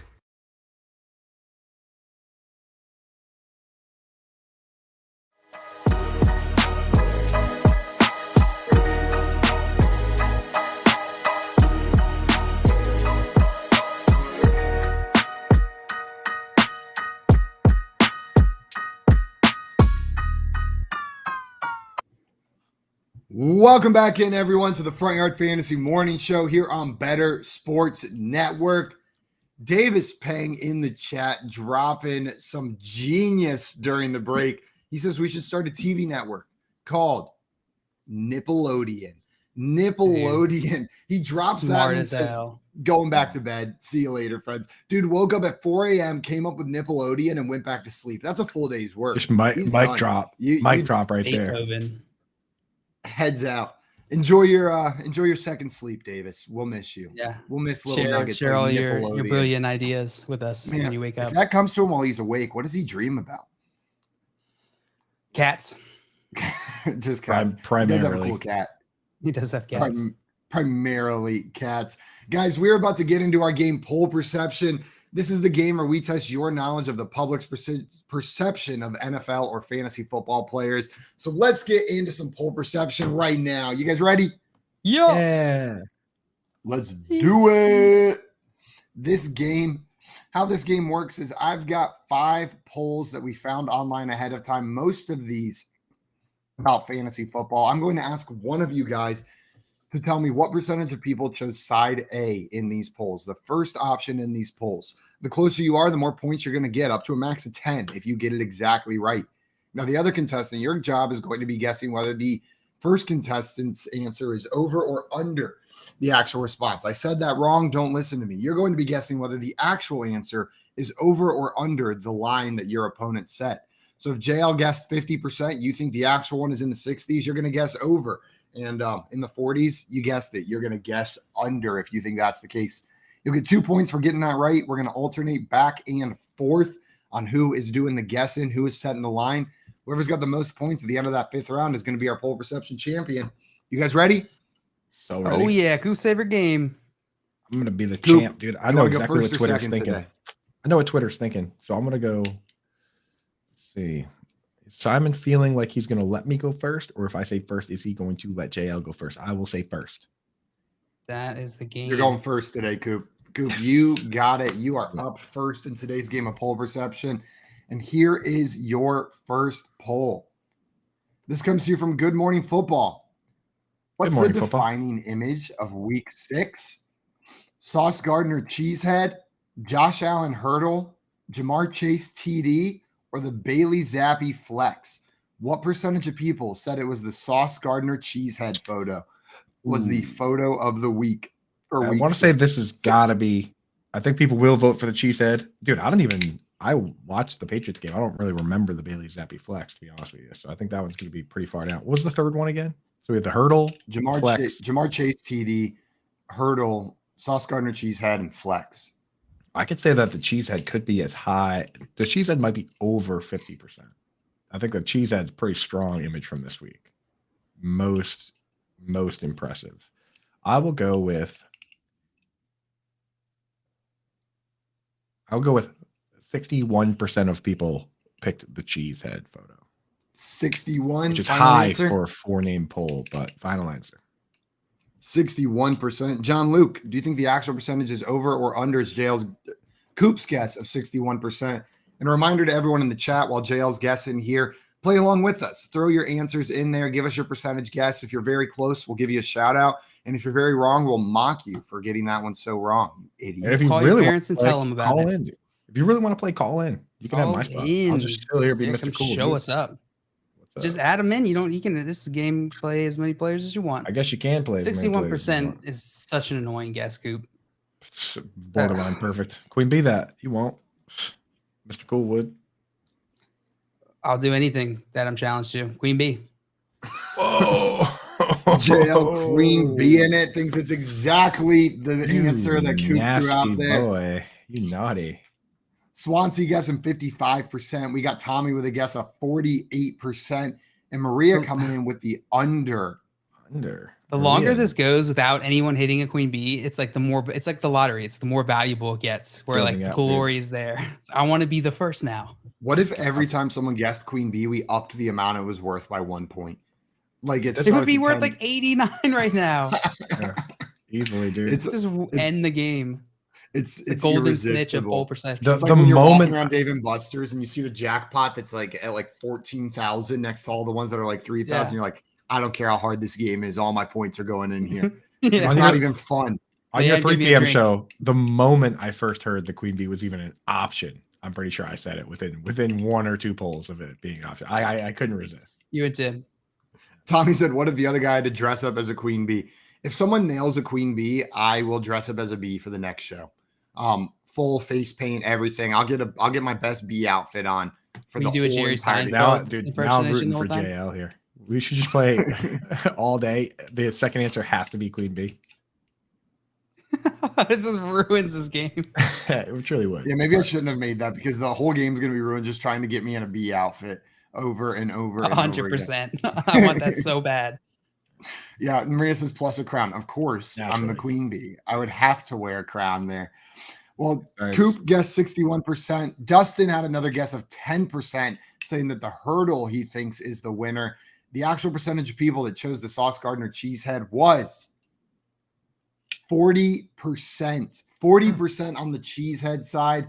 Dustin was right. Josh Allen with 48% on the Josh Allen hurdle is the winning image of that week. And Coop, you read it perfectly. The other two people didn't even care about 6% for the Zappy Flex and 6% for the Jamar Chase TD as well. But there are no points on that one. It's going to be 0-0 after Coop's first poll. Coop, you were more than 15 percentage points away. JL, it was not exactly the right answer. It was 20 percentage points away. I'll come back stronger. If you weren't peer pressured to queen bee that, would you have picked over or under? I wouldn't have because I can't think for myself. So I would have just went queen bee. Perfect. I would have just picked up on your alpha vibes, Scoop. I would send him. Should I put the shades back on? Yeah, it was the Coolster vibes. Where's Coolster this morning, dude? Probably being too cool. Probably too cool for this nipple show. On Wednesdays, Coolster's got better things to do on Wednesdays, man. Like, it's Wednesday, my talk dude. stupid nipples with you, Coop. He's waiting in line at Chili's for happy hour, is what he's doing. He's got to be the first one there for Chili's happy hour. Breakfast Yeah, Chili's. I'm enjoying it right after the show. Yeah, you're gonna go get those. You're gonna go get those Texas Ritas or whatever they have on the menu at Chili's. Maybe get some. Yeah, I'm gonna get whatever they have on the menu at Chili's. When you guys get breakfast at Chili's, what do you usually get? Usually, I'll go for the Southwest papadillas, but not always. You got to get the skillet queso and then some French fries, and then you throw the French fries in the skillet queso, and it makes like a cheesy breakfast potato mess. And that's the go-to breakfast at Chili's. But then you got to cancel your plans for the rest of the day because you just ate a whole skillet queso. So unless you can do your plans from the restroom, yeah. And I'm pretty sure if you eat breakfast at Chili's, you're required to eat lunch and dinner there as well. Like you just have to spend the whole day at the bar. You become a staple of the restaurant. Like no re-entry type of deal. They don't let you leave. Whoa. I've never seen. Did you finally see that picture I sent you last night? I've never seen a papadilla before. These look amazing. What's the difference between this and a? I'm gonna be honest with you. I have no idea what a papadilla is. I think was that Papa John's? Yeah, dude. It is. I prefer. That's just a quesadilla. I was like, what's the difference between this and a quesadilla? It's just a quesadilla from Papa John's. It's a quesadilla made out of pizza dough. It's like the fruit quake from Mountain Dew. I was like, Papadilla, what is this? What is this exotic dish? I'll tell you what a papadilla is. It's just like a Dunkachino. It's just like a poorly crafted portmanteau. Are you kidding me? A papadilla is a ripoff of the greatest invention that happened in Pendleton, South Carolina. There was a restaurant called Wings and Wedgies where you would go. That's a good name. It was the best restaurant. It was this tiny little place. More people should have been going to it because it closed down because not enough people went. Aww. But a wedgie was basically a papadilla. It was a sandwich made out of pizza dough, and they would fill those things with Italian dressing and pizza toppings and all this other stuff, and it was so freaking good. And then Papa John's just comes in with their papadilla, thinking they can do it better. I'm on to you, Papa John's. I'm on to you. Just the quesadilla, dude. I'm on to you. They also had yeah, let's answer some more of these questions. You guys don't want to hear more about wings and wedgies. Okay, fine. I'll tell you more about wings and wedgies before I just twist my arm. You've never heard about wings and wedgies. Boy, do I envy you. Where do I begin? Mark had a question for us. He said, should I do Dak and Kirk for Herbert? So trade Dak Prescott and Kirk Cousins. Is that Kirk Cousins double quarterback trade or Dak? And it's all, man, we got first names and last names mixed up in here. Mark, honestly, I think we need a little bit more information on which Kirk, because Kirk Cousins or Christian Kirk might change this, right? And it's hard to imagine this is two quarterbacks for another quarterback. And maybe league details too. Is super flex or one QB would help. Is it Christian Kirk or the Christian Kirk? That is a big deal. While we're waiting for some more information from Mark, we had a question from Dennis in here. He said, half PPR have Kyler Murray, Robbie Anderson, and Rondale Moore are available. J.K. Dobbins, Darren Waller, and Akers too. I could drop Kenyon Drake or Michael Thomas. They don't have a designated tight end spot. It's a tight end wide receiver flex. 2-4 record, weaker at wide receiver. So would you guys be dropping Kenyon Drake or Michael Thomas for Robbie Anderson, Rondale Moore, J.K. Dobbins, Darren Waller, or Cam Akers? Dobbins. Who would you drop, Drake or Michael Thomas? For Dobbins? I would probably drop Drake for Dobbins. Yeah, I would do that. I think the long-term upside's there. As long as Dobbins is, the tightness in the surgically repaired knee scares me. It sounds scary just saying it just now. So yeah, but I think I'd still rather have, if you're not starting Drake right now, then I would rather just have Dobbins long-term as a stash on the bench. So I'm with you. Yeah, Drake is a temporary guy, short-term value for now. And do we ever find out if it was Christian Kirk or Catholic Kirk on that? Not yet. Catholic Kirk. Kirk Cousins, I think is who he's referring to right there. He actually, I do not know. He's very religious. Feels like a Protestant. Christian Kirk, super religious. He actually just wrote. There's like a court case Christian going. Kirk is? No. Well, actually, I can't speak for Christian Kirk, but I know Kirk Cousins is super religious. Like he does like talks on it and stuff. And he actually just recently, there's a high school case where the high school basically told the coach that he can't be like forcing the team to do like religious things. And he was basically saying that it's voluntary. And then he got fired for like praying at the middle of the field. And Kirk Cousins. You talk about the Supreme Court thing? Yeah. Kirk Cousins filed an actual amicus brief that goes on record, like kind of having that guy's back. Like he wrote this like letter about like football and religion, whole thing, like in that guy's behalf. Like he's in it that deep. I didn't know that. That is interesting. Yeah. I think I have seen stuff with him before talking about it, but it's interesting. One of them was like, one of them he was like, I just need Kirk or if I think he's a new Methodist. Is it amicus brief Christian Kirk or Christian Kirk, the $20 million man? Look up the speech like where Ron novel.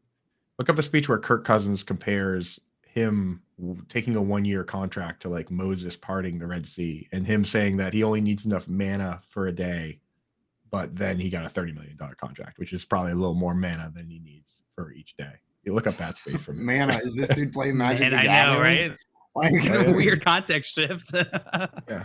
Is it him using this terminology? Is he like a big manna bro? Honestly, going from like amicus brief in favor of like religion in schools to needing to recharge his mana is quite the switch, right? Like those are. Send you on a quest to acquire the amicus brief. Oh man, we got to add Kirk Cousins into this D&D campaign. We're making a Kirk Cousins character. He's in there now. We have another question over here from Tyson. Tyson said Derek Carr or Tua this week. So would you start Derek Carr or Tua Tagovailoa this week? Coop, what are you thinking?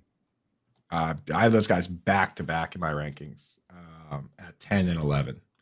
I feel like if Tua didn't go through this whole saga, we would say him right away, right? Yeah. Like he's more fun and interesting than Carr. The matchup is Carr plays the Texans and Tua's playing Pittsburgh this week. Yeah. So it's a matter of upside, ceiling versus floor. But I think Tua is the guy I want. Very exciting. He's got the wide receiver leading the league in yards this year, Tyreek Hill. I'm with you. It's Tua Tagovailoa for me. I'm trusting that they're being careful with him after this. You know what I mean? Like I'm trusting if he's out on the field, he's ready to go. I know it was not great what we saw on the field last 2 times Tua was out there, but if they're going to put him back out there, I'm trusting that they've got his best interest in mind, and I'm going to be comfortable starting him. I'm playing him as soon as he's back out there because he was killing it before. Absolutely killing it. And Scott Fish with a great point. Pittsburgh still has like 43 defensive backs out. Yeah, all 43 of them. I think they might have gotten 1 back, so they're down to just 42 out at this point, Scott, but your point still stands. Jay, are you with us? Scott. Or are you against us? I'm totally here with you guys right now. I'm fine starting Derek Carr if you want to start him in this matchup against Houston. I agree with you guys. If Tua probably didn't go through this, the answer is probably Tua. But that, along with the matchup for Derek Carr, makes it a little more interesting. Absolutely. We got another question in here. Dennis wanted to know half PPR start 2. Montgomery, Lazard, Najee, Ayuk, CEH, and Drake are there as well. So Montgomery, Lazard, Najee, Ayuk, CEH, and Drake got to start 2 of those guys. What are you thinking? Start 2. I'm definitely going to start David Montgomery. We've not really gotten any reasons not to start that fella. And then I think I would. It's either Lazard or Ayuk for me. That's exactly where I was sitting. It's one of those 2 receivers, but they're close. Lazard's playing all the snaps. They're both playing pretty much every snap, actually. I think if Ayuk didn't score 2 touchdowns last week, I would go with Lazard. So I think that's who I'm going to go with. I'm not going to let those touchdowns poison Lazard. The match for Lazard and Ayuk are good this week. I'm with you guys. I go Montgomery and Lazard. I'm between Lazard and Ayuk. I'm probably going Lazard as well. But I love Brandon Ayuk's a great start this week. Like if you can fit him in that lineup, because I do think he's a great start as well. One more question in here. Tyson wanted to know who should he bench? Waddle, Godwin, or Lamb. So between those 3 players, what a problem to have. Waddle, Godwin, or Lamb. Sounds like for me, time for me to throw in my classic advice. Do a 2-for-1 trade, Tyson, my man. You with those wide receivers, you gotta try and do a 2-for-1 to get like I don't even know, Justin Jefferson. Like who? He must have. Actually, Jefferson and Kupp are on bye this week. What wide receivers do you have where you have questions about those guys? I don't even know how that could work. Maybe he only starts 2 wide receivers and there's no flex spot, because I would be trying to start all 3 of these guys this week. If I have to bench one, it's Godwin, but I don't want Godwin on my bench. I don't like that. Me neither, but it is Godwin. I want him in my lineup, JL, or in my living room. That'd be pretty cool if I walked out of this room, my office right now, and Chris Godwin was sitting on my couch playing Switch or something. I don't know if this is based in fact, but I just feel like he's 6'9". Yeah, is he super tall? I'm pretty sure he plays a cooler system than Switch. He definitely is more of an Xbox or a PS5 guy. A PS5 guy. Cooler system. It's not a contest. Of course, the Xbox or PS5 guy would be like, "Oh, it's cooler." It's not a contest if you're the guy definitely who cooler. only owns the Switch. I've desperately wanted to play the Zelda games, the Breath of the Wild and all that, but not enough to buy a Switch. Dude, come over, you can play. You can't play on mine after what you just said. After what you're not allowed to play on my Switch. I've besmirched. It's off limits. Yeah. Sorry, dude. Xbox, bro. It's the coolest console there is. JL, you ready for your next poll? Yeah. Before there was one more question. Can we hit that real quick? Yeah, let's hit it. Tyson says, sorry, another question. Don't ever apologize for questions. That's why we are here. We love them. Hunter Henry or Darren Waller, tight end, half PPR. Wow. Mr. Tickler? Dude, Hunter Henry over the last 2 games has played every snap except for 3. That is very good usage. And Bailey Zappi seems to like him. So if Bailey Zappi's in there, I'm tempted to start Hunter Henry over Darren Waller this week, as crazy as that sounds. Waller's been a little banged up. We don't know how he's going to come out. I guess he's got the Texans. So, I mean, that's a close one, but man, I really got to break it down a little further. But I don't know, man. Waller's just been they like Devontae Adams, they like Renfro.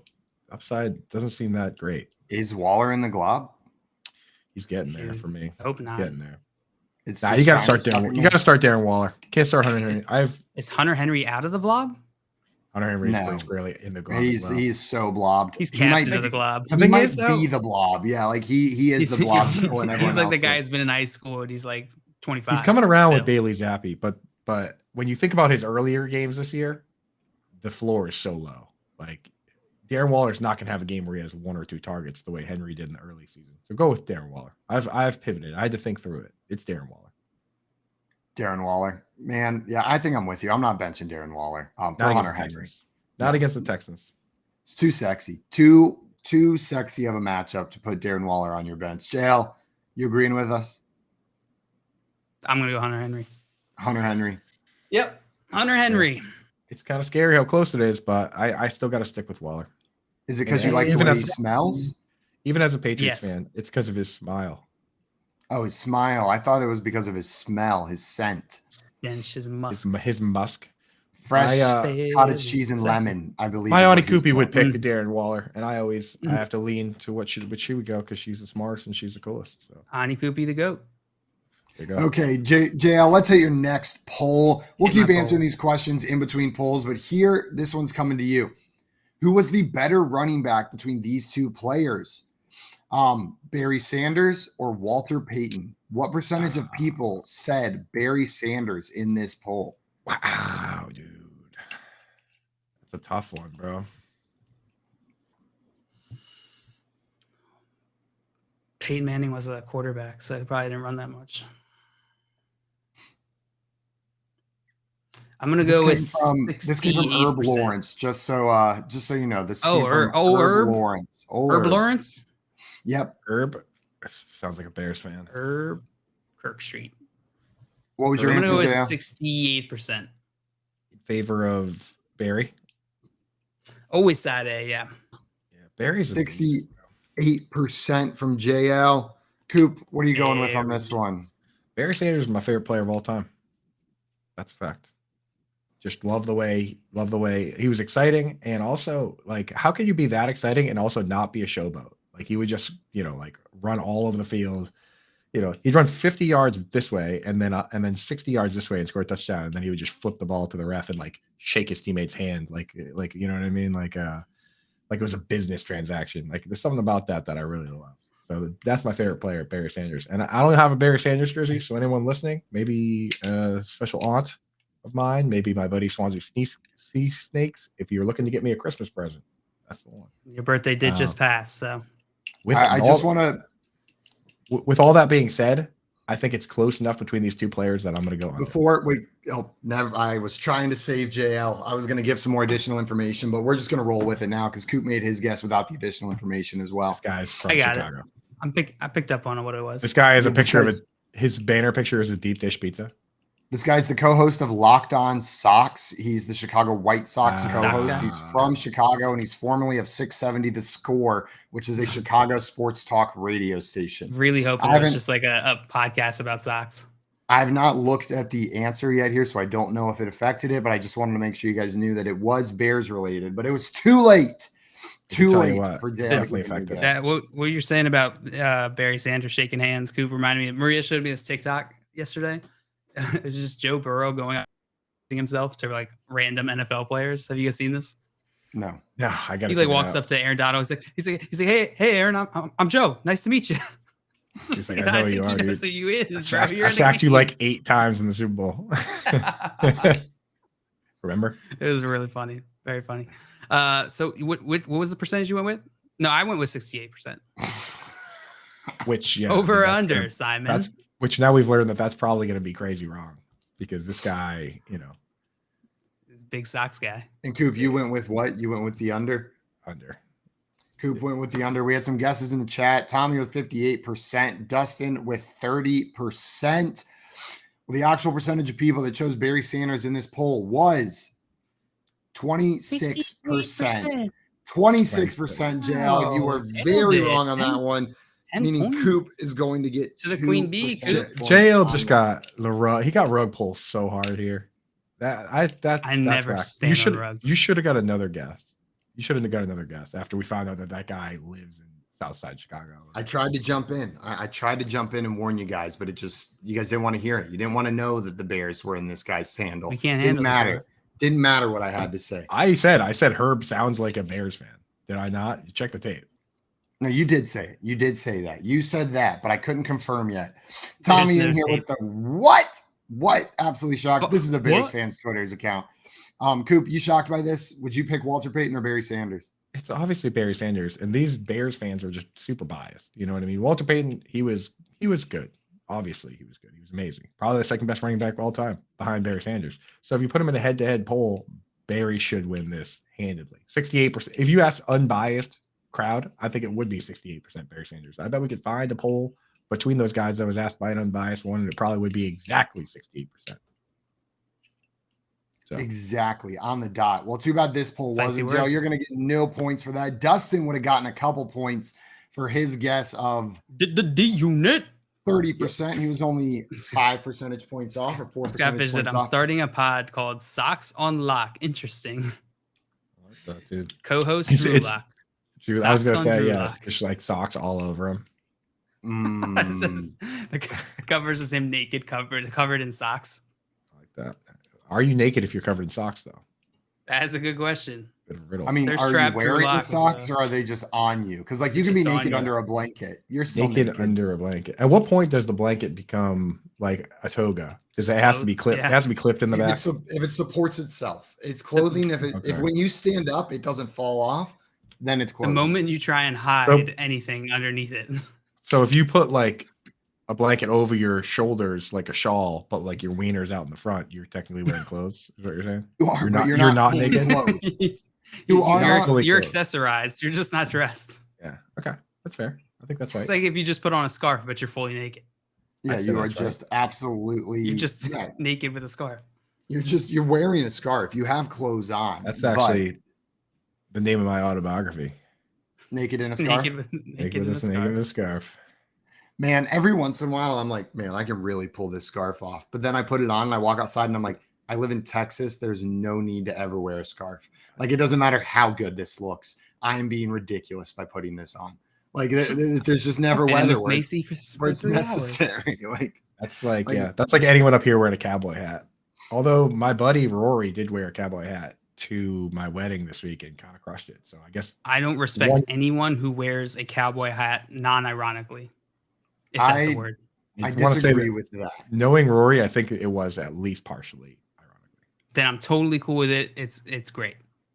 Is the people, I don't mind wearing a cowboy hat if like, yo, are you a cowboy? Like, is this shit Yeah. protecting you from For the sure. sun? Clint You Eastwood, know what I you're mean? good. Like, Exception. or like even like, are you working out and like this is protecting you from the sun? This is like has utility instead of it just Bucket being hat. like a Bucket fashion hat, bro. statement, like I wear mine for. But it is a little bit ironic, right? But You wear cool you with wear yours like Kid Rock.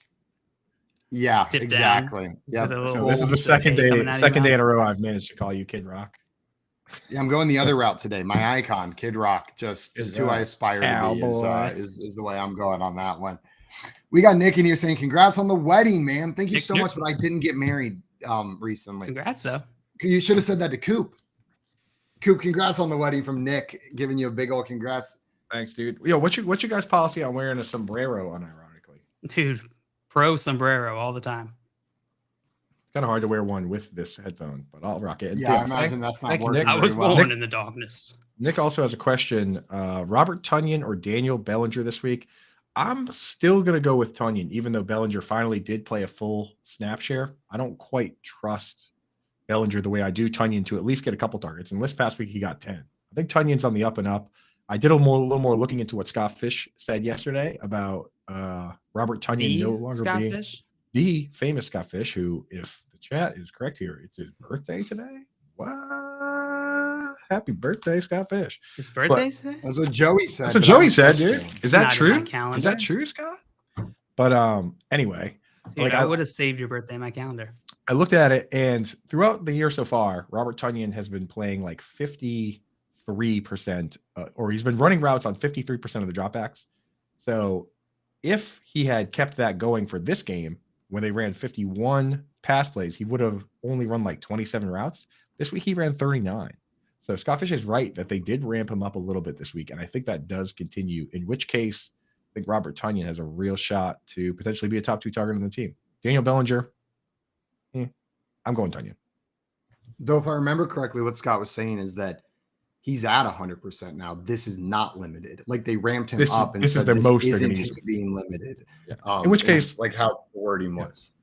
about 70% of the snaps is kind of what he does. But I mean, to get those kind of targets, I don't know. Interesting to me. More interesting than Bellinger. Bellinger's fine. I'm with you. Ian had a question in here from Ian Fish. He said, should I start Claypool against the Miami D or Amari Cooper against the Baltimore D? I'm going Amari Cooper. Ian.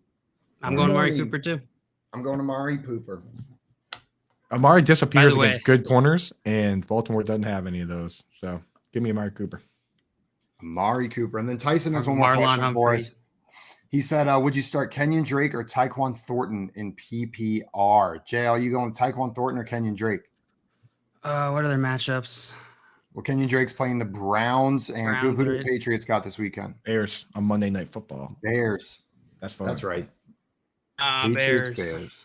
I'm gonna go with Kenyon Drake in this one. You know, you picked him up for that short-term value. Now's the time to play him. The gentleman and it's a super easy matchup against Cleveland. Regardless of which way you go, like if you're not starting Kenyon Drake this week, when are you starting him? Because like now, you know, J.K. Dobbins has the knee tightness and Drake looked good last week. If you're not starting him now, then I don't even know why you're rostering him. So start Kenyon Drake, but hold on Tyquan Thornton. If Tyquan Thornton is used heavily this week, then you got to find a way to get him in the lineup because he looked explosive. Absolutely. Ian Fish saying thank you. That's what he had. No problem, guys. And if you have questions, throw them in the chat. We are more than happy to continue answering them. We love so dumb, questions. But I was talking to Scott Fish on the phone yesterday and just impulse bought FYF.fish. So we are now the proud owners of FYF.fish. Is there anything on it yet? Nothing yet. So now we There'll own. be something though. So the domains that you have impulse bought now are rotofeet.com and FYF.fish. Still got that one? Yep. Okay, FYF.fish. Oh, I've bought many more than that. Those are just the ones I've confessed to you. RotoFeed is still my favorite. That we have that if we ever want to do something with it. Dr. Mike Microanalysis says Bellinger played 61 Hey, good morning, Ed. Appreciate the get down the microanalysis on that. But you know, 60 he did play 60 of 64 snaps, which is huge. But the thing is, let's take a second to think about what his ceiling is. Then if that's him playing every snap and he has 38 yards, and his best game so far this season is 40 yards, then his ceiling isn't super high as of right now. They did ask him to stay in and block for 4 pass plays. I moved Bellinger up in my rankings. I just can't move him up higher than Robert Tonyan right now because Tonyan just got 10 targets this week. He had double-digit targets last week. So do you think, Coop, that has anything to do with the fact that there's just not much competition or not many other options, so the defense can just hyper focus on Bellinger? Yeah, I think what it seemed like is they wanted to kind of do like a little bit of a tryout situation between him and Tanner Hudson. Tanner Hudson was playing a good chunk of snaps and he wasn't catching the ball. So I think they finally just decided like Tanner Hudson experience is over and we're just going to use Daniel Bellinger every snap, which is great for Daniel Bellinger. I think that's why he increased his snap share there. So I think they're probably going to phase Hudson out a bit. I mean, Hudson up till now had run more routes than Bellinger. And this week, Bellinger played 60 snaps and Hudson played 8. So I think that's what the change is. They just basically said, okay, it's the Bellinger show now. The Bellinger show. The Bellinger show. Da-da-da. Also, we've got confirmation from Ian that it is in fact Scott Fish's birthday. Hey, so big happy birthday to Scott Fish. Oh, dude. Everybody watching, make sure you go wish Scott a happy birthday. There's no one that deserves to have a good day more than Scott. Scott, we love you, man. And truly one of our closest friends. Hope your day is magical. Full of some Minnesota magic is what I hope's happening. Bring happiness and joy to children across the country. And that's a literal fact. Kirk Cousins is not Minnesota magic. Stephon Diggs catching a ball over a Saints cornerback and sealing the game is Minnesota magic. Oh, that game. Guys, gets me. Coming up, we're going to keep wishing happy birthday to Scott for at least an hour repeatedly over and over again. Then after that, we're going to continue our game of poll perception. And then Tyler Dragon of USA Today is coming on a little bit later today as well. You're listening to the Front Yard Fantasy Morning Show here on Better Sports Network. Make bets and follow your fantasy team while you buy, sell, and trade collectibles in real time. Only on Better Sports Network. We got to get a team in Honolulu. Like, what about that, Ray? You think Oakland? Like, nobody's talking about Honolulu for the Oakland A's to move to. How badass would that be to have a Major League Baseball team? Instead, they want to go to like where it's 120 degrees in the desert of Vegas. Right. Ray, they should pick up and go to Honolulu. That would be epic right there. They could go to Honolulu and instead of playing 12 games against a team throughout the course of the year, you just play a 12-game set. Just get it done. What's the flight from the Bay Area? 4 hours? It's depending which direction you're going, it's 5.5. Okay, that's not terrible. You'd have to manage the schedule a bit. Right. But it's doable. Like, you play your West Coast games and then maybe you give an extra day. Like you play in San Francisco through Sunday. Mm-hmm. And then you have your Monday off. Everybody gets their Monday off and then they play, out in Hawaii for 4 games. And they come back for the weekend. it's very similar time-wise for us in California, in the Bay Area, to go to Hawaii as it is to go to New York. It's very similar. So yeah, like you're saying, Giants do that to go to the Mets. The A's do that to go to the Yankees. They do it, so it would be very similar. They would be they've already got the baseball background. I mean, they're dominant.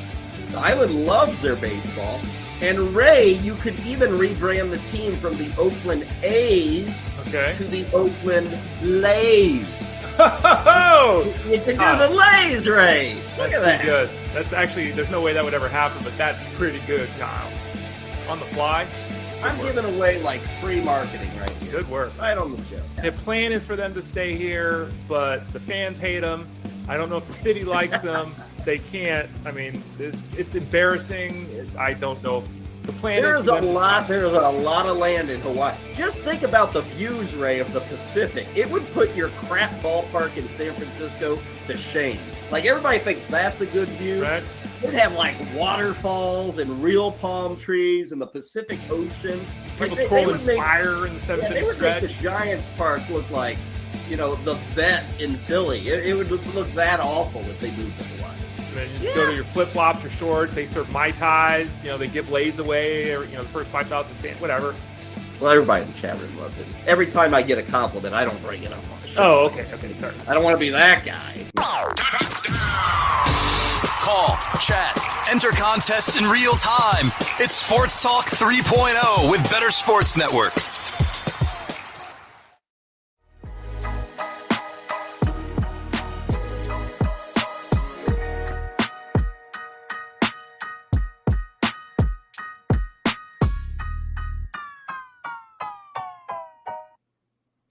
What's up, everyone? Welcome back into the Front Yard Fantasy Morning Show here on Better Sports Network. We are in the midst of a game of poll perception. The score is 2-0 for Coop after the first two polls. And we are back to Coop for poll number 3. Point of order, Coop? Got something to say real quick. During the break, I did a little Googling, right? Just because I want to double check. I don't want to be giving any info out there that isn't necessarily true. And with the Tanner Hudson thing there, when I said it was the Daniel Bellinger show, I didn't realize that Tanner Hudson throughout the week was dealing with an illness, not COVID, but he was sick. So maybe the fact that he only played, 8 snaps this week could just simply be because he was sick this week.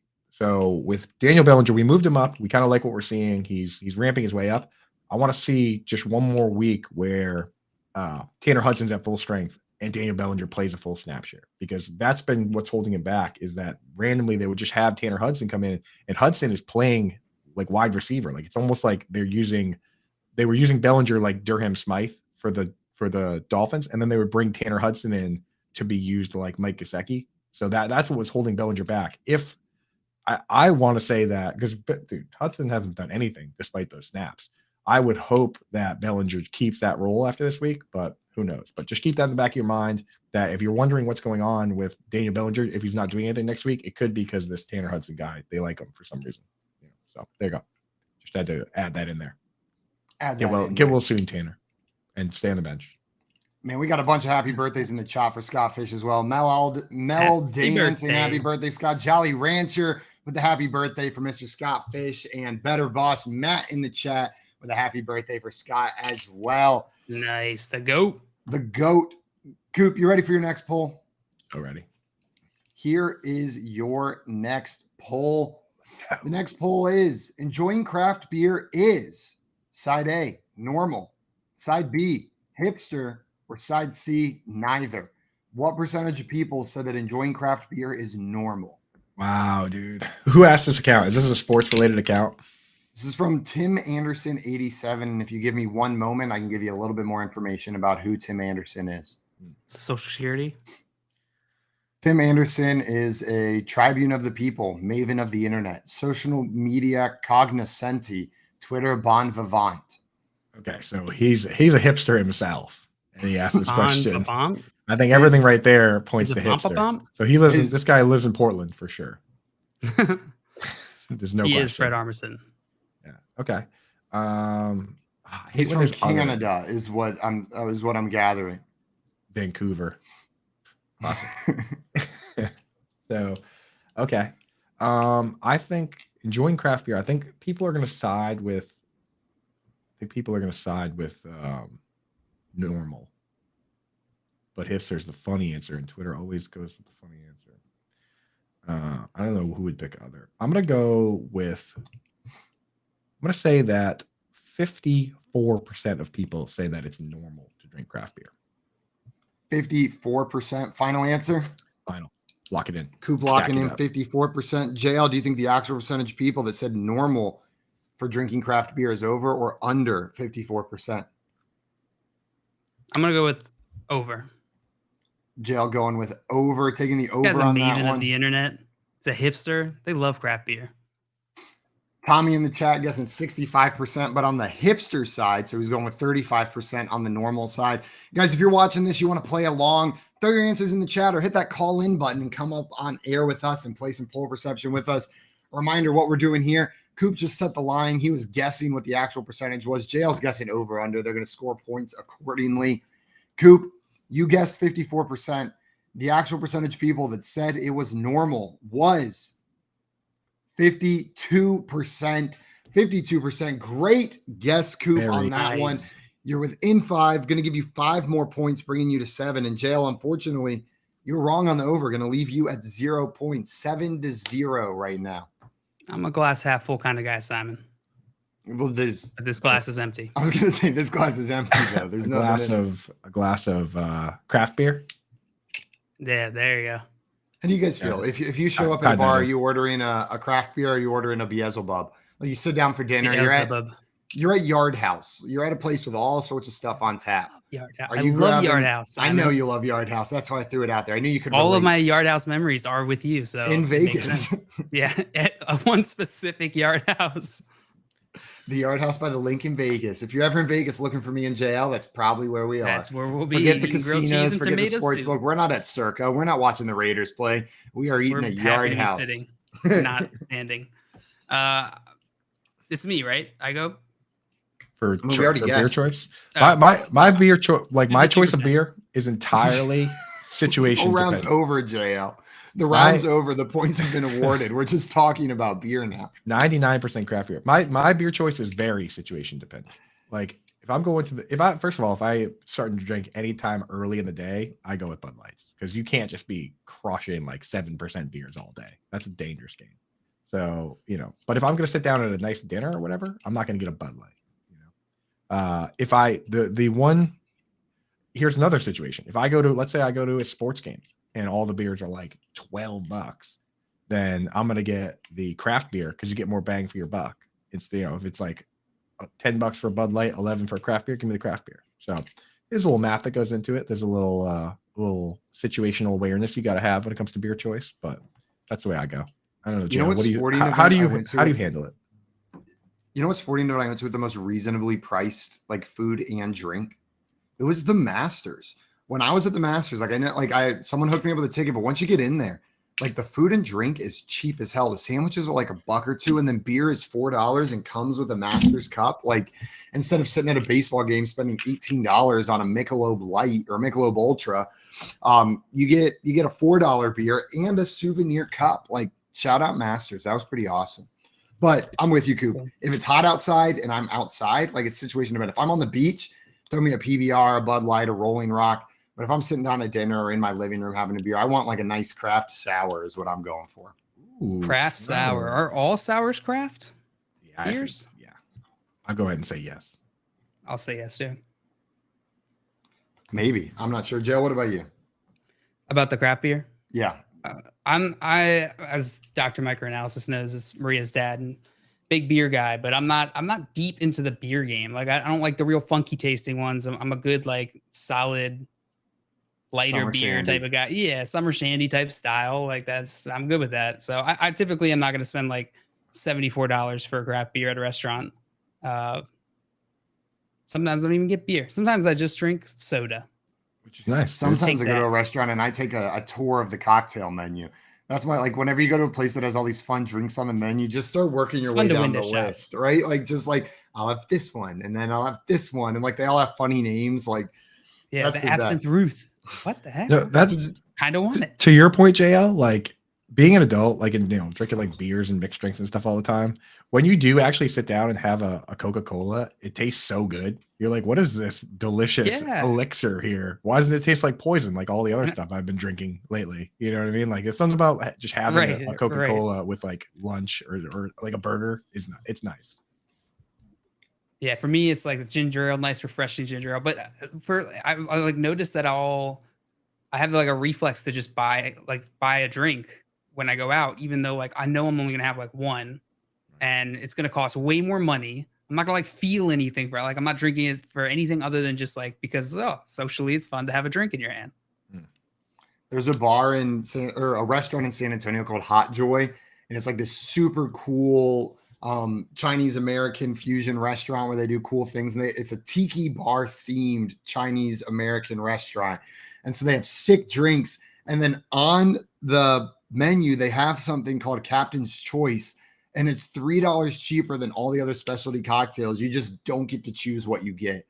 And I have you put that on the menu, I order it every time. Like every single time. I'm like, this is exciting. And sometimes the drink comes out and it's terrible, but the bartenders have fun with it. They'll put stuff in front of you that's not on the menu, this crazy stuff in big cups. Like they're excited to see if you like what you put in front of you. It's a cheaper drink. And like, I don't think enough people order it. So they get hyped. And if you say like surprise and it's cheaper, like that's a double win. There's nothing negative about that experience. If JL was there, he wouldn't be susceptible to the pressures of society and the pressures of these fancy drinks. He would just get a Diet Coke. Dude, I would have gotten a ginger ale and some French fries. I would have been so happy. Shut it down. Keith in here letting us know he drinks craft beer only with breakfast or when he's producing this show. Otherwise, it's Bud Light. Yeah, he needs high AF. He needs those 8%ers to get through this show is what he needs. So much more than just a breakfast drink, beer. So much more. JL, you ready for your next poll? Yeah. The score's 7-0. So you got some ground to make up. Explaining to do. This poll comes from Man Who Has It All. Man Who Has It All. The question is, dads, what are you dressing up as this Halloween? Side A, sexy skeleton. Side B, sexy bat. Side C, sexy wizard. Or side D, sexy ghost. What percentage of dads said they were dressing up as a sexy skeleton for Halloween this year? Not a single one of these is going to end up being sexy. What was the second one? A sexy bag? Bat. Sexy bat. Like a flying bat? I mean, it's Halloween, bro. Yeah, it's Halloween. No, it's like okay. I'm ridiculous for being surprised by a sexy bat. Yeah. This is a classic jail move to be like, oh, I'm supposed to assume bat on Halloween and not a baseball bat. How about this little sexy janitor outfit? Huh? But that would be such a dad move. Sexy avocado. That would be such a dad move. The sexy post office. It's to dress up as like a bat that has like an Aaron Judge autograph on it, and he's like, I'm a spooky bat. I'm a spooky bat for all the opposing pitchers. And they're like, okay, dad. Okay, dad. The first time. And that made me laugh. I'm like, what is this? What does the sexy back look like? I don't know. You have to check with Justin Timberlake, dude, because apparently I'm just going to assume brought this is a sexy baseball bat. He did for so many years. You brought sexy. There were 4 options, right? Yes. Skeleton, bat, wizard, ghost, all sexy. I don't know how you make a sexy skeleton. It's possible. I don't even know how you make a sexy ghost. Casper's already got a game locked down. I'll go with you cut an additional hole a little bit below the waist to make it a sexy ghost. You got the eye holes, and then there's a third hole in the ghost costume, I think. Funniest option is definitely being a dad trying to dress up as a sexy wizard. I think that one might win. Sexy wizard. You just have you have the robes and stuff, but you have like short shorts, like jorts, like real short jorts, tight jorts. Is that the sexy dad wizard move? Wait, I have a picture on my phone. I was at a costume shop this weekend, and there was an outfit, and it was a vampire costume, but the guy just had like nice fitting jeans on, like he was like going to the club, right? And the name at the bottom was Very Cool Vampire, is what the costume was called. Like on the bag, that was the name. $7.99 at Walmart. Grand Very Vampire. Cool, very cool, I'll go with 27%. 27% on the sexy skeleton side. Yeah. Do you think the actual percentage of people that chose sexy skeleton is over or under Jail's guess of 27%?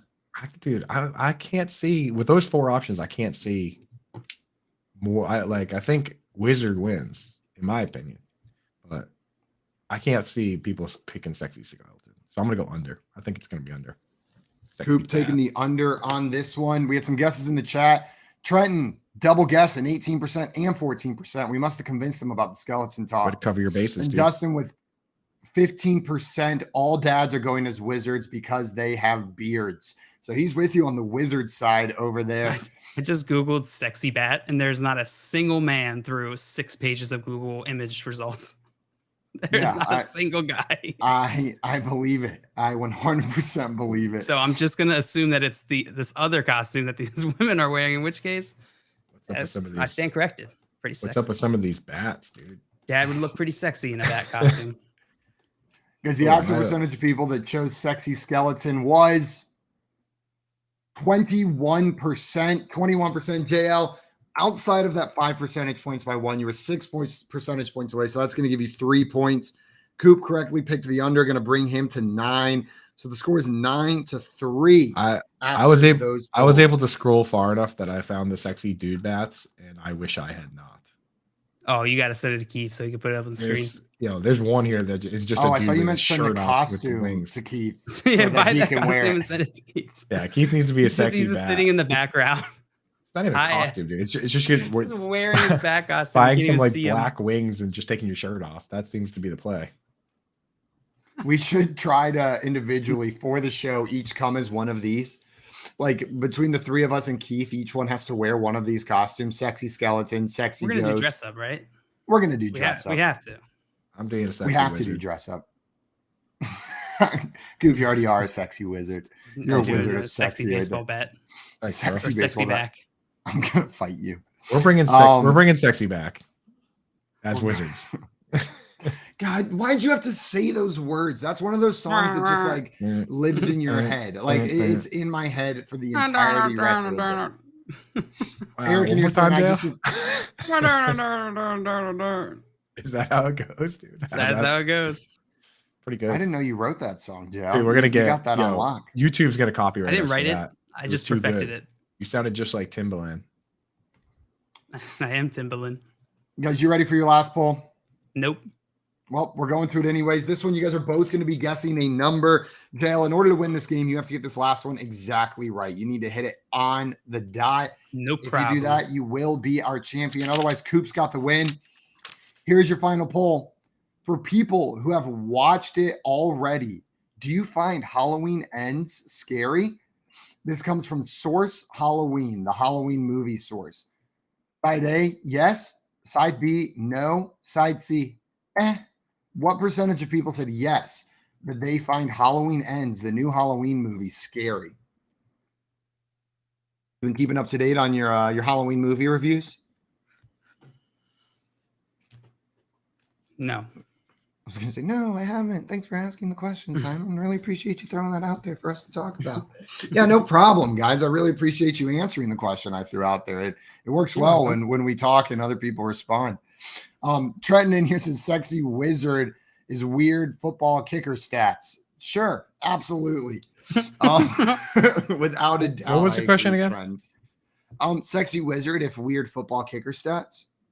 Excellent. All right, I'm ready. Yeah, excellent. Yes. Side A was yes, right? Side A was yes, side B was no, and side C was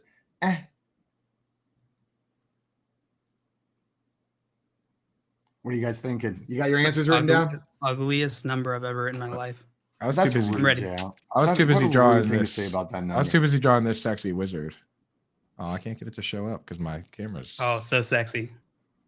I have to tweet it. It's so sexy. All I see is FF. He also said, "Wow, 50%. He's so sexy." 50% from Coop. What are you going with, JL? 13% from JL. Well, the actual percentage of people that said yes, it is scary, was 20%. JL, you get the points, but not the victory, making this super close. The score 8-9. But Coop, you are still our winner by 1 point Coop. in this matchup. Nice job, Coop. I'm back. And Joe, you got Dustin in here saying he wants to see you as a sexy bag. Oh, I bet you would. That's a Scott Fish costume as a sexy bag. That dude loves some bag talk. Loves him some bags. How funny would it be to just get like a big duffel bag or a suitcase and like cut a head one. hole, like get like a big suitcase with like wheels on it and just cut head hole, arm holes, and leg holes and just walk around wearing. That's so funny. I was imagining like a giant duffel bag, but they're wearing it almost like a car train, like around them, like a little car costume. But the duffel bag just covered, like they're shirtless, but they have little leg holes in the bottom of the duffel bag. I imagine and the thing is, like, if you wear the suitcase like this, zipper in the front for sure. It doesn't impede the zipper. You unzip it, you gotta go naked underneath. Otherwise, you're gonna bail on the costume at some point. Know what I mean? Like, so we're doing this for the next FSGA, right? Yeah, we're showing up in bags, in suitcases. I'll wear one. You wear the sexy suitcase. You wear the duffel bag train. Chat. What would be the hardest costume to make sexy? I want to see what they got. Not zombie. I feel like you could do zombie pretty well. Zombie be easy, dude. For sure. The hardest. You can make anything sexy. I've learned today. I can make anything sexy. I know that. Sexy pigeon. Sexy Dolores that would be Umbridge. tough. That might be sexy tough. Pigeon. Costume. You know what? No, a pigeon could have some appeal. Know what I mean? A pigeon could puff its chest up and look kind of hot walking around out there. Tommy with the answer. Donald Trump. Yeah, that's pretty hard to make sexy. That's not going to work so well. Kirk Cousins. Yeah, Jail, can you do a sexy Kirk Cousins? Oh, God, no. Can you imagine him sexy talking? Sexy grimace. No. I actually already found it. Actually, I can. He's done it on the football field, Jail. He said, oh, you like that? Like we've already seen Kirk Cousins try to sexy talk. True. We know that's his one line. Trenton said pig. No, pig, dude. That reminds me of a funny story. One time freshman year, I was at a Halloween party and this girl came up to me, and I had a girlfriend at the time who was at a different school, was out of town, out of the party. This girl comes up to me and she like is dressed up as something. I'm a little bit inebriated and she goes, do you know what I'm dressed up as? And and all I could think of was pig, but I didn't want to tell her that she looked like a pig, like to her face. She was like, you know what I'm dressed up as? And I was like, couldn't help yourself. You said it, I was like, I said, pig. Well, your costume looks like a pig, but you don't look like a pig. And she just looks at me and goes, I'm a hippo, and walks away. After I because that's that much better. Way better, dude. Yo, can you pull up that sexy JL baseball bat costume that was just up there? I think Tommy said producer just up there. Is that a producer cheese stick? No, that's absolutely a string cheese. Swole. I think that's supposed to be JL as a sexy bat. Pretty good. Like how you made me a wooden bat, Keith. Look like Stickly. Oh, you got to go wooden. Absolutely. This is the major. I think it's a cheese stick. I like you better as a cheese stick, Jay. Cheese stick. A sexy string cheese. Yeah, you could definitely do a sexy cheese stick costume. Not a doubt in my mind. Sexy glizzy. Guys, coming up, we're going to keep talking the sexiest Halloween costumes Coop, Jail, and I could wear this year. And also, we're going to do some NFL rankings. And then Tyler Dragon is joining the show a little bit later today as well. You're listening to the Front Yard Fantasy Morning Show here on Better Sports Network. Make bets and follow your fantasy team while you buy, sell, and trade collectibles in real time. Only on Better Sports Network.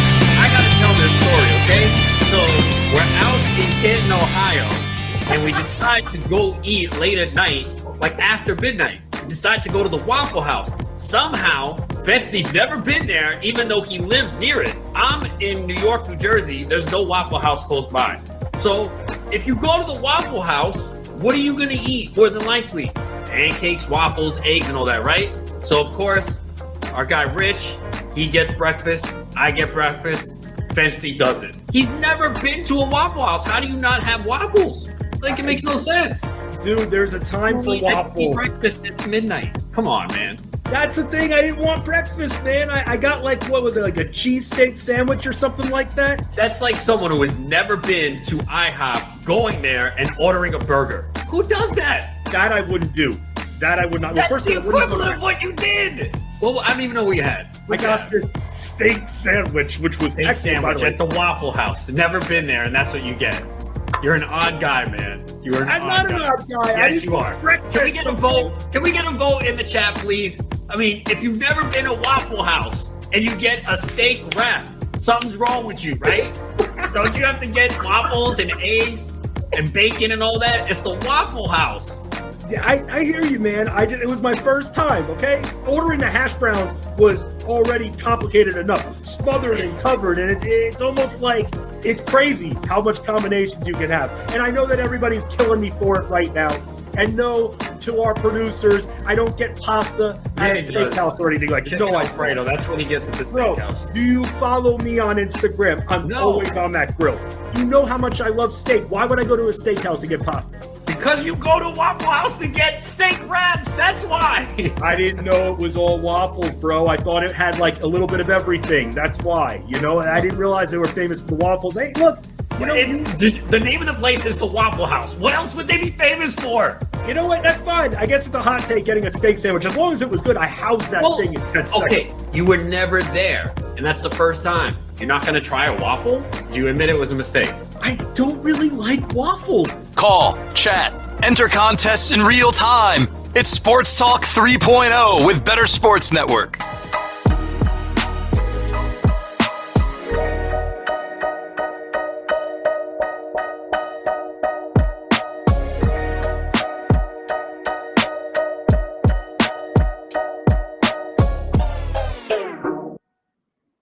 Welcome back into the Front Yard Fantasy Morning Show here on Better Sports Network. We were just talking sexy baseball bats, and JL, Tommy thinks you need to get a Rawlings tattoo. Just like, I'm imagining vertical straight up the belly. You down to do that? I'm down to do that. Just imagine right there. Imagine if JL actually got all the bad tattoos we've suggested on this show, because he wouldn't even have any space left. I wouldn't. I'd be filled up. There's been quite a few. I mean, piece of scrap paper. You'd have like 10 different tramp stamps already. Yeah, just no cohesion at all. Just like oddly placed. My biggest flaw is when someone says you should get this tattoo, my thought is, yeah, I should. Know what I mean? It's not like, no, I wouldn't. It's like, yeah, that's really funny. I should put it on my body forever. Like my impulse control with tattoos is very low. I love them. And I think it's fun to put them on your body. Makes my mom really happy. Trenton also over here saying he thought that cheesesteak with JL's face on it was Aaron Judge. Pretty close. Almost the same person. I've gotten that before. You've gotten that? You look like Aaron Judge? Or just when you're dressed up as a sexy baseball bat? Yeah, only when I'm wearing my cheesesteak costume. I could see it, dude. Scott Fishing here has a question for us before we get into our next topic. Scott said, guys, Ian is at school now. I have an issue. So Ian's not here. Now we can He's waiting for him to leave. He's like watching from the window, starting to get on the bus. He said, I need a tight end in Scott Fishbowl 12. Dulcich is available. Ian bid the exact amount I was going to. I know his amount. They're in the same league. What does he do? So Scott Fish's son bid on a tight end that Scott also needs, and he knows how much his son bid. JL, what are you doing in this situation? I have faced this situation before. I've forced Maria to play in many leagues with me, and I help her, you know, if she needs help. And so I faced this dilemma. The right answer, Scott, is don't put him in it. No, because you have privileged information here. Let me ask you a question, Scott. Let me ask you a question, Scott. Whose birthday is it? Whose birthday is it, my dude? Waivers run today. I take back everything I said. Don't listen to any of it. Yeah, give yourself a special treat, man. It's your day. It's your day. Yes, absolutely. Do go $1 over his bid. I bid the same amount and let crushing. Do you know the tiebreakers? I just maybe bid the same amount and let the Lord sort it out. Let the tiebreakers that you could figure out. Bid the same. Sort it out. Bid the same amount and let the powers that be, the football gods, figure it out. If you go first, of course. I didn't hear what you guys said. I cut out for a second there. So I don't know what you said, but I'm on the. I said it's time for a lesson. It's time for a lesson. It's time for a lesson. I asked Scott. I said, "Whose birthday is it?" That was mine. I know it's going to be a rough one. It's going to hurt, but I think you gotta it's time for that lesson. You're competing against each other. Like, he is your competitor now. You want to support him, but he also is playing against you, and that's part of the game. If I told JL how much I was bidding on some of these players in our leagues together, I know for sure you would have like absolute joy in just going $1 over what I told you. Like you would for find sure, because you don't have to take it from it. It's definitely a little different too. Just I would do because that you're not my daddy. do that. Yeah, that's what we do. That's how we show love. Yeah, I think it's time to show some love that way. That's my answer, Scott. Take Dulcich and then proudly march him out there. Dustin said if Ian told you his bid, it's fair game to outbid him. If you know, because if commission powers, then you can't outbid him. I think he came in and asked about it. So that is a good point. That could be a good learning point for Ian, that, you know, he should have recognized that you were there. Keep your friends close and keep your dad closer. Yeah. If you don't wreck him, at least point it out to him for next time. Here's where you know this time, go for the next time. But does Scott really make his team worse in order to like just teach it? Yeah. You know what? Yeah, maybe that's the move. Maybe that's the move. I don't have children, so I don't know. My answer is, but I don't have kids, so that's not a real thing. Ian, can you get new ones? Ian also had a rough weekend with Melvin Gordon getting benched and all. He lost because Melvin Gordon got benched. It's maybe one lesson at a time.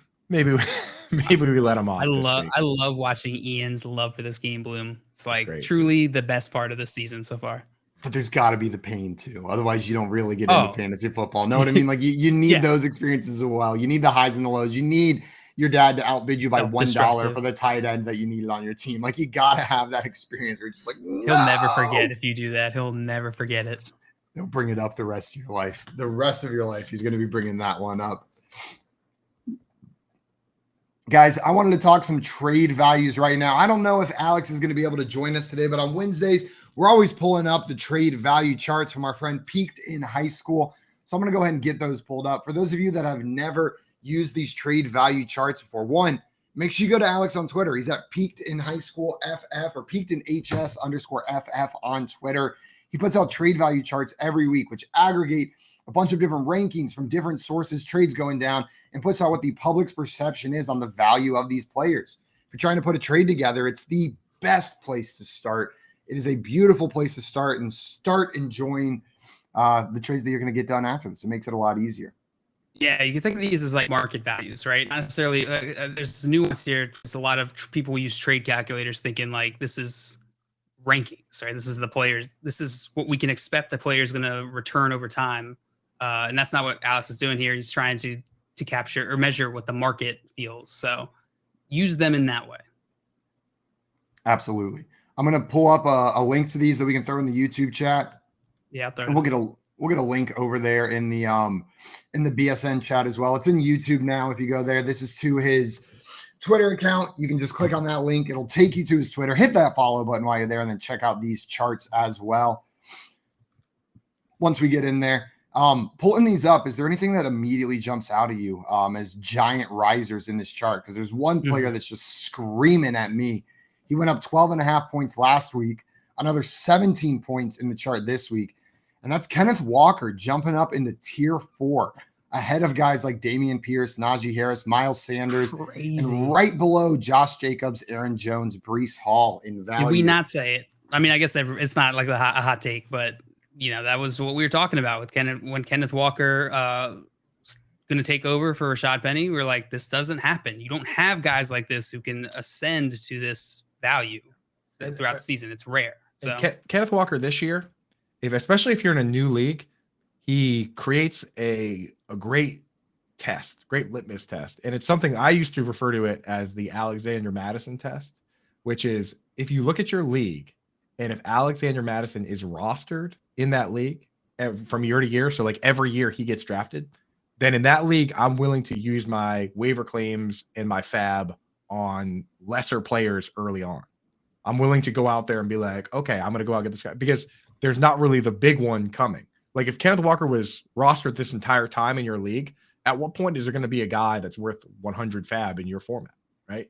On the flip side, if guys like Kenneth Walker or Alexander Madison are sitting on the wire, and if the starting running back gets hurt, those are the leagues where I do hold on to the top claim, where I do hold on to $100 because the big one could come along. So it's good to have these guys so that you can look at your format and be like, okay, what am I waiting for? Right. So Alexander Madison's always been the baseline, but this year, go look at your leagues. Because in mine, a couple, Kenneth Walker was available in a couple. He wasn't available in some other ones. So it's a good test for you for next year to know whether you need to use your fab early on in the season or whether you should save it for like the big guy, Do you guys get what I'm saying with that? You keep saying big one, and then He just got stuck on big one. I like that. But it's, it helps you figure out, yeah, because wait for the big one. In too many leagues I'm in, I sit there with 100 fab and I'm not adding guys like Romeo Dubs and Taekwon Thornton, but there's never going to be a guy that just changes the entire landscape. I'm just holding out to $100 for no reason. Yeah. No, you're like, the way you're thinking about that strategy, I feel like most fantasy managers don't, right? They don't even consider that. It's very myopic. So the way you're thinking about it, where it's like, look at your league mates, see what their patterns are, what their behaviors are, and then use that to adjust your own strategy is truly what separates the good or great from just the average player, in my opinion. Not every league's the same. In some leagues, there are league winners out there on waivers that are one injury away. And in other leagues, people are holding those guys. Kenneth Walker was drafted. Alexander Madison was drafted. Tony Pollard, Melvin Gordon, like all the injuries that could have changed things for people, those guys are all rostered. So, check your league, see if your league's that kind of league or not. And if all those guys are rostered, just throw that fab around like crazy early in the season, trying to hit on, whatever the hot commodity is. Absolutely. Sorry, I missed what you guys were talking about right there. But Coop, I imagine still the Alexander Madison effect you were saying. Yeah, that's what we were just delving a little more into that. See it, because in some leagues there aren't even any good handcuffs out there. So who cares? Just spend the fab. Get the guys while you can. If you've got Kenneth Walker on your team now, are you like, with his value this high, do you think this is an appropriate response? Like, this is where he should be valued, or are you trying to trade him while his value's maybe sky high? Because he's near the guys like Josh Jacobs, Aaron Jones, Breece Hall in value. Like, is there going to be correction essentially? Exactly. Will we see a market correction on Kenneth Walker? It's possible. I mean, anytime you see a shift this big or this significant in this short amount of time, you got to look at it. Now, Kenneth Walker, we can kind of reason this out, right? Rashad Penny got injured. I think Zach Reese was talking a lot about this last week, but Kenneth Walker doesn't have to deal with Rashad Penny, right? So now he's all of a sudden in a better situation than Rashad Penny was in. So that's going to account for a major part of this jump. And what you're asking, Simon, is what I think is the important question here, which is, is it going too far, and how far is that, right? Like, how far should it be? Absolutely. Well, we've got an expert about to join us right now, able to join the show. We've got Alex jumping on with us, the creator of these charts, aka Peaked in High School. You can find him on Twitter at PeakedInHS_FF. He's a contributor for The Athletic and 4for4, and we like to call him Trade Daddy. Trade Daddy, welcome to the show. FYF family. Hey guys, how's it going? Baby, I got your money, don't you worry. Alex, we were just talking about the giant jump Kenneth Walker took after a giant jump last week. If I remember correctly, he went up 12.5 last week and then another 17.5 points up this week. And the question we had is, maybe Alex, you can provide some light on this. You're looking at these charts probably more than anyone every single week. When you see a jump that big, is your first thought, I need to capitalize on this value, there's going to be a correction back? Is your first thought like, I hit the jackpot, I got to keep this guy on my team? So the first thing I want to do is I just want to check to make sure that it makes sense, this jump, right? Like, was he getting the work? Was he being involved? Did he pass the eye test, right? Like, that's step one. So if he didn't, like if it was CEH who scored 2 touchdowns and was splitting the backfield with those 2 other guys, McKinnon and Pacheco, and then he flew up like this, I think that's a sell. But Ken Walker just looked good, right? Like he was just, I mean, he just looked good, and they're using him and there's no one behind him.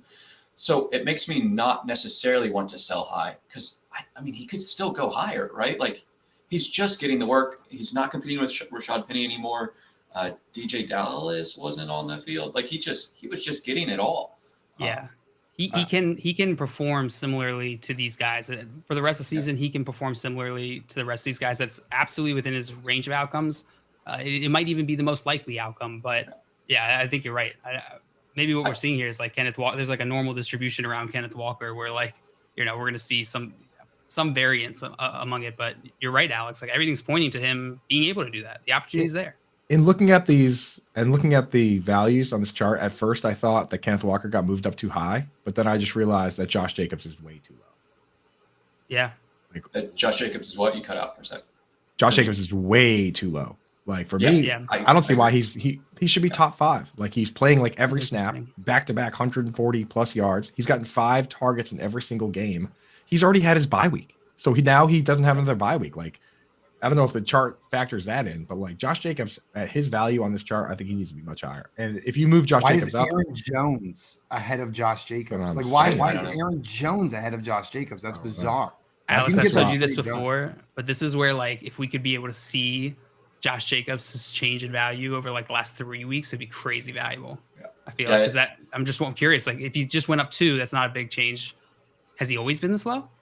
So he was way lower. He was in tier 5 because people were like, Josh Jacobs is dead. Yeah. At the beginning of the season, he played in the Hall of Fame game. Like White behind him is better than like. I mean, he was low, and that's why I have him in our FYF league.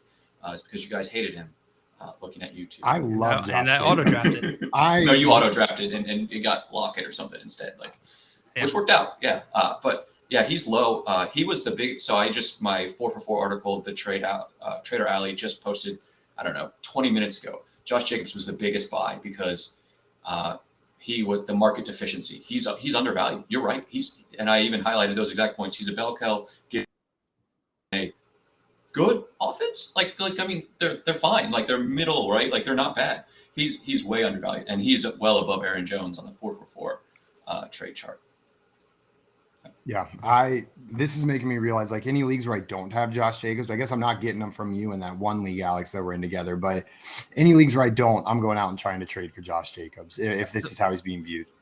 Yeah, I tried to send him for Mark Andrews to J-Wall, and J-Wall thought I had slapped him in the face. I'm like, he's unreasonable.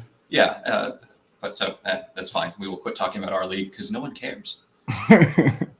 Eric in the chat saying, "Help me, trade daddy.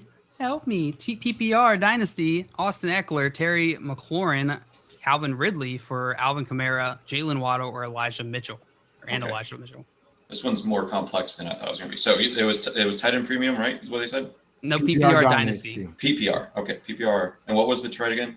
It was Austin Eckler, Terry McLaurin, Calvin Ridley for Alvin Kamara, Jalen Waddle, and Elijah Mitchell. What are you thinking, Trade Daddy? This one is a little bit complex. So where's Eckler at? Eckler's still tier 1, so he's like 68. Yeah. Eric, why don't you take that complicated dynasty trade? Call back at 3:00. Ask for Nando Fino. Yeah. I like to think that everybody's coming back into Nando's show and being like, "Yes, can I please speak to Nando?" And delivering their annoying questions. Yeah, but you should call in with video if you have a difficult question. That is the thing about a difficult trade question. Like to us, it's a difficult question, but in reality, that just means it's a fair trade. Which the best trades possible are fair trades that help both teams. Yes. Yeah. So and they have to have a driving force, right? Are you getting younger? Are you trading 2 players for 1? Like, what's the goal? So, like in this one, it looks like Eckler and Kamara are similar, right? Like they're about the same age, both on offenses, both getting similar work. Kamara's going to probably suspended next year. McLaurin and Waddle, we would rather have Waddle. And then it was Eli Mitchell versus what was the third one? Calvin Ridley. Which is tricky. Like, I don't know where Ridley is on this. He's not on the chart. This is redraft we're looking at, but I don't even know.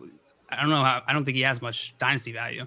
He's about a mid-second last I saw on the trade value chart. That seems high for me. He's an older prospect too, which doesn't help his case. I think he's 27 or something. Yeah, he came into the league on the older side, but he'll still be in his prime. If he's been staying in shape and ready to go, like he'll still be at the age apex for wide receivers, but he needs to produce right away to be worth it for you. I mean, I traded a second for him in a league that I'm in. He's not coming back to Atlanta, right? Like, there's no way. No. Dio Ledbetter laughed. Remember we asked Dio Ledbetter? He just laughed. He didn't even say. Yeah.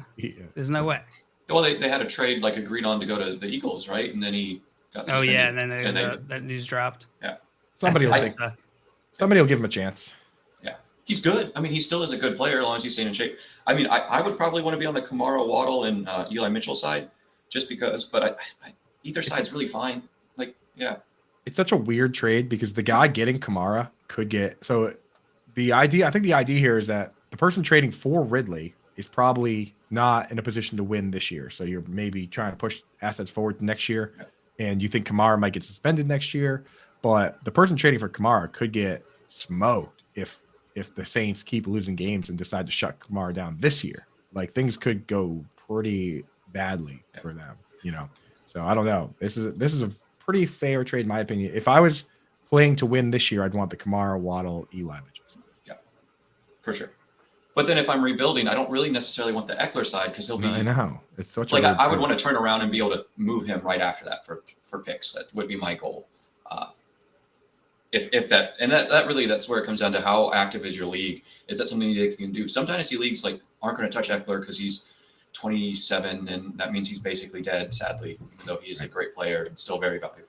It's truth though.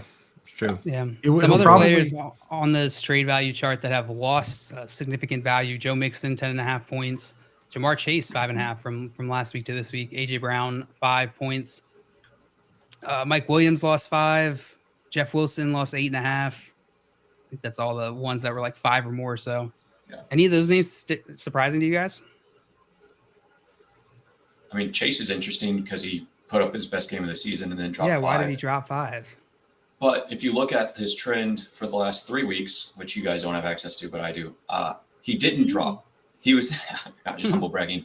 Well, maybe you should build your own database. I don't know what to tell you, man.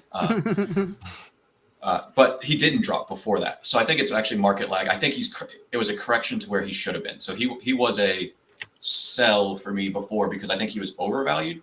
And I think he now is where he needs to be. He put up a game that we like, but he was like a top, still like for the longest time, like a top 3 or 4 wide receiver and above a lot of the running backs. And he just wasn't getting the work and the offense wasn't clicking like we thought it was. So like losing 5.5, it looks like a lot, but I think it brings him down to where he should have been in the first place. So that's one that I get a lot of questions about. And maybe some people could ask me about it. Yeah, that's an interesting one. No, I mean, I think it makes sense. And they come in and they're like, what about Taysom Hill? I have had multiples of those, and I just tag hoop in those and move on. Is he on the chart more yet? Taysom Hill, dude. Is Taysom Hill even on here? No, not even on the chart yet. It doesn't matter. No trade value. Bonk. I'm gonna go on the Reddit thread and ask that right now. What about Taysom? You will not be the first one. Where in the world does Taysom Hill? There is. This guy. I just upvoted the guy that did ask that. Yeah. How do you value Taysom Hill? Yeah. You said right where he is on the chart, not on it. Yeah, I was feeling sassy this morning. I'm always feeling sassy. That's just who I am. Every day. The Joe Mixon one makes sense to me. The minus 10.5 for Joe. For Joe Mixon, that makes a ton of sense for me. And the names he's around, Alvin Kamara, Breece Hall, like I think that makes sense. This seems like a fair spot for Joe Mixon. I'm not making any crazy moves because of this, but you guys think he's a trade for candidate right now with where he's going around those other names below Alvin Kamara, ahead of Breece Hall, Aaron Jones, in that tier 3 range? Breece Hall's looking awesome, dude. I would trade. Would you be looking to move like Joe Mixon for CeeDee Lamb? Ooh, Joe Mixon for CeeDee Lamb. I think I'd rather have CeeDee Lamb. That would just, I guess, come down to my team. Do I need running back or wide receiver depth? Yeah, they feel fairly even. I like Mixon, but I'm a known Mixon guy. So running back, really. Yeah. Dustin asked him, what should we do with Dobbins and Drake? Cry. Big cry. Yeah. How did you get yourself into such a? I bet you're wondering how I got here. How did I get here? Frankie Muniz, fourth wall break there for you, Simon. Mm-hmm. I love me some Malcolm in the Middle. That's my childhood right there. Yeah, what does the chart have to say about these two guys? Are they dropping? So Dobbins went down a bunch, and there's definitely a lot of concern about him. Drake, I don't even think Drake cracked the chart, or if he did, he's very low. Let me see. So I mean, him on here. Yeah, we have Gus Bus coming back potentially this week. We don't know. Justice Hill coming back again, and he was running ahead of Drake before he hurt his hamstring, and he might be back this week as well. And then all of a sudden, it's going to be like 4 people, and Mike Davis is still alive, and maybe Dobbins is fine. I'm not really interested in Drake, but I'm pretty concerned about Dobbins. Maybe he won't be right this year, or maybe it'll be several weeks. I mean, you can't start him, right? I think you can. I mean, he was fine before this past week where he had, where he took himself out of this game or limited himself, which I think is expected. Like where I see him here, which is down in tier 6, 20 points around AJ Dillon, James Robinson, James Conner, Zeke, J.K. Dobbins just has upside on those guys. I do expect him still to be the main guy there when he's healthy. And, I think I said this in the beginning of the season as Dobbins was coming back, is that most likely he's going to continue to deal with this injury in some degree. And also just the way the Ravens offense works, he's not a workhorse guy who's every single game he's going to be super consistent. The Ravens offense just doesn't rely on the running back like that every single game. So I think he's a value, honestly, the way I see it right here with this, now looking at his value here. But dude, you also have to keep in mind they have a 240-pound wrecking ball named Gus Edwards. Patrick Ricard. Oh. Patrick Ricard. Maine black bear. Patrick Sorry, 360-pound. 75% of the snaps. Dude. No, but yeah, Gus Edwards. Gus West is coming back. Yeah. Harbaugh said he's getting close to returning. He's a big boy, and dude, quietly one of the few backs in the league to have over 5 yards of carry in his career. Like he just falls down and he has 5 yards. Like he's huge. He's like James Robinson. He's moving forward all the time. James Robinson light, Gus Bus. So you get in the red zone and you have Lamar Jackson and Gus Edwards and then J.K. Dobbins and Kenyon Drake. It could be a little dicey there. Alex, I want to thank you so much for taking the time and coming on with us today and talking some of these trade charts. Everybody, if you're not already following Alex, go and follow him on Twitter at PeaktonHS_FF and check out his Patreon, Peakton High School. That is school with a K. Subscribe over there. That's where you get all the juicy Trade Daddy materials. It's on his Patreon. Alex, thank you so much, my man. Always a pleasure talking with you. See you next week. Yes, sir. See you next week. Guys, coming up, we're going to have Tyler Dragon of USA Today joining the show, talking some NFL football. So stick around. You're listening to the Front Yard Fantasy Morning Show here on Better Sports Network. Better Sports Live with Rick Kamla at 7 p.m. Eastern, 4 Pacific on Better Sports Network. Andy Reid is the best current coach in the NFL. He's better than Belichick. Belichick has lost his way. He's better than Tomlin. He's better than Harbaugh. He's better than Shanahan. He's better than McCarthy down in Dallas. He's better than all of the gangster NFL coaches right now. Sean McDermott up in Buffalo, he's better than all these guys. Andy Reid is the greatest gangster that we have at head coach in the NFL right now. And I understand that you're saying, well, Belichick is the GOAT, Cam. How can that be true? Now you're bringing up old stuff. Bill Belichick can't draft anymore, okay? Talk to me. Nick Chubb, Sony Michel. Talk to me. DK Metcalf, Debo Samuel versus N'Keal Harry. Okay, talk to me. This dude has lost his way. Remember the year when he should have bottomed out and just tanked, but he couldn't, and he went and got Cam Newton, and they were a mediocre team, right? He's lost his way. And not that he can't coach up a good defense and that kind of thing, but overall, he's lost his way. Andy Reid's an absolute badass. They draft great. He's a great coach, makes the right decisions, when to go for it, when to kick, when to punt. The guy's the man. The Playbook with Fensty and Ronis, presented by FantasyAlarm.com. I hate the stupid unsportsmanlike conduct. As long as you're not disrespectful to the opponent, you should be allowed to celebrate. How I used to say it, and to bring up, because now basketball starting to bring up. Oh, dude, it's even worse than basketball, isn't it? So Dikembe Mutombo, who used to get teed up in the 2000s, the 90s, they didn't give a crap. 2000s, though, when they tightened up the rules, they used to tee him up more when he did the Dikembe finger wag. But they wouldn't tee him up if he did it to the crowd instead of looking at like Eton Thomas. Like one time I remember, and doing it right to him, or when his back was turned, doing it right to him. If he did it to the crowd, they would never call it. And so that makes me wonder if these players, while, yeah, they want to talk a little smack, maybe they should flex towards the crowd than at the player who they're standing over. I guess. I know it's soft, man. It is soft. Because you know what? Like we're gonna give 15 yards for that, bro. They think that, you want to know why they're paranoid? They think that's gonna turn into a fight. See, I disagree with that. That's not going to start a fight. I agree with you. They don't agree with us. It's one thing, okay, if you spit in someone's face or say something derogatory like about their family or something, right, yeah, that can incite you. But if you're just like, yeah, I made that play, what? You know what I mean? Like, again, they know the rules. You got to know you're going to get flagged. You have to have discipline. But like, I don't know. I have no problem with celebration as long as it's not disrespectful. What's disrespectful? It's interpretation, and that's my problem. Watch, it's going to cost someone in a big playoff game, and that's when people are going to go crazy. There'll be a third down play. Someone makes a pass breakup, and they're in someone's face. They're going to throw a flag. It'll extend the drive. That team scores, wins the playoff game because of it. You need something drastic for it to really leave an imprint, and I hope that doesn't happen to my team. Better Sports Network is betting, fantasy, collectibles. It's sports talk done better.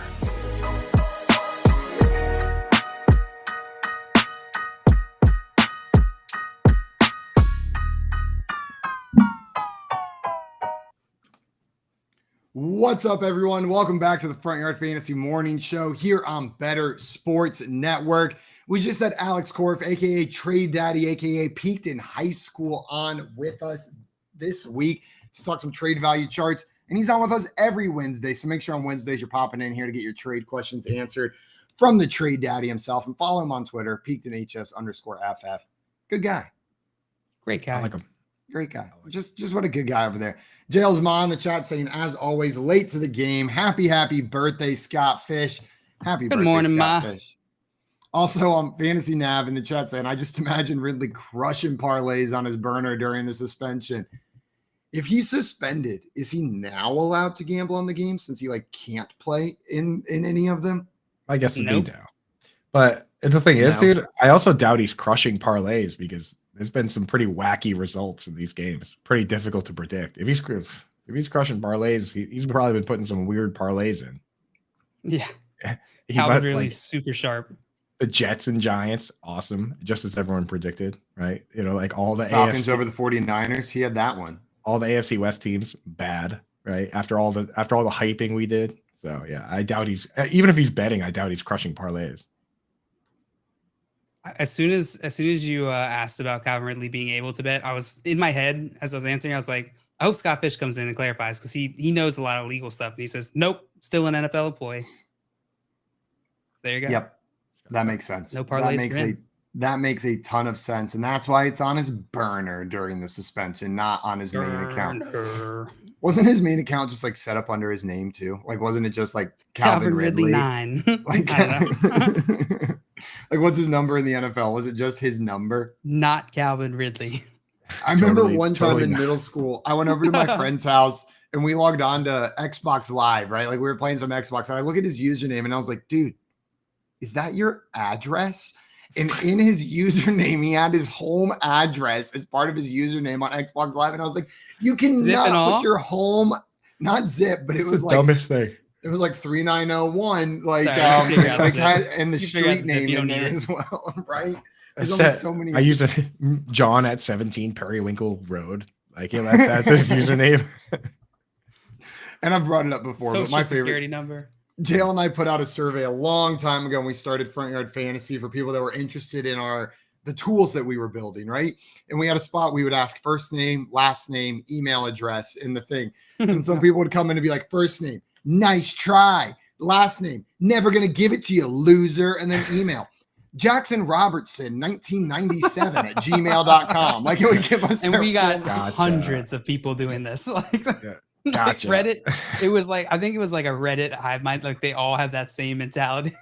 So they're just nope, not trusting you, Jackson Robertson, 34, AOL.com. Graduating class of 2017 at gmail.com. At pennstate.edu. And they would just give us all their personal information and their email address. The opposite of that, to us. I used to do, back when I would do mortgages, we would buy leads from Lending Tree, and people would put in fake names all the time, but we'd still have to call just to see. And so one time I get this lead that's Harry Beach, and I called the dude and just waiting for nothing. And the guy picks up and I'm like, hello, Harry? And he's like, yep, this is Harry. What's going on? And I'm like, were you looking for a mortgage? What's your last name, Harry? He's like, yep. And I ended up doing a loan for that. I ended up doing a loan for Harry Beach because I bet all the other places that got the lead didn't even call. They were just this poor guy. Nice try. That poor guy. He calls to make a reservation. And real good dude. Oh, what can I put that under? He's like, Harry Beach. And this again. Hang up. You can never. Can you imagine a Harry Beach? Great dude. Great guy. Harry Beach. Fantastic.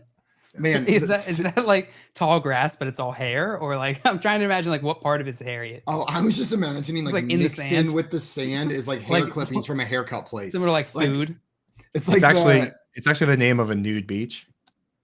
Harry Beach. How about that?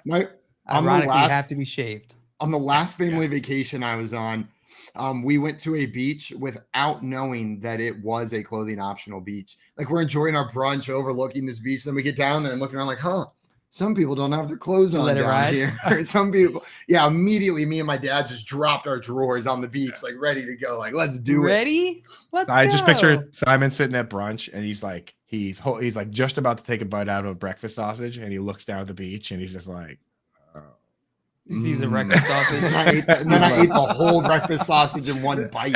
And then he said, as you meet eyes with the man on the beach. Yeah.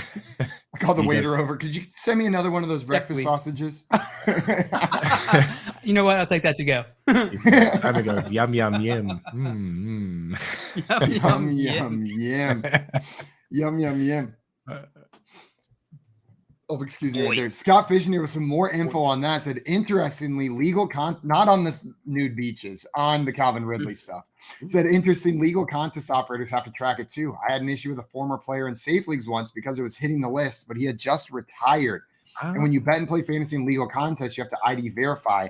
So we know, they're tracking all of it. It's hard to pull one over on them for too long. You might get away with it for a little bit, but especially if your username's Calvin Ridley 9, they're going to catch you at some point. My username is you got to get verified.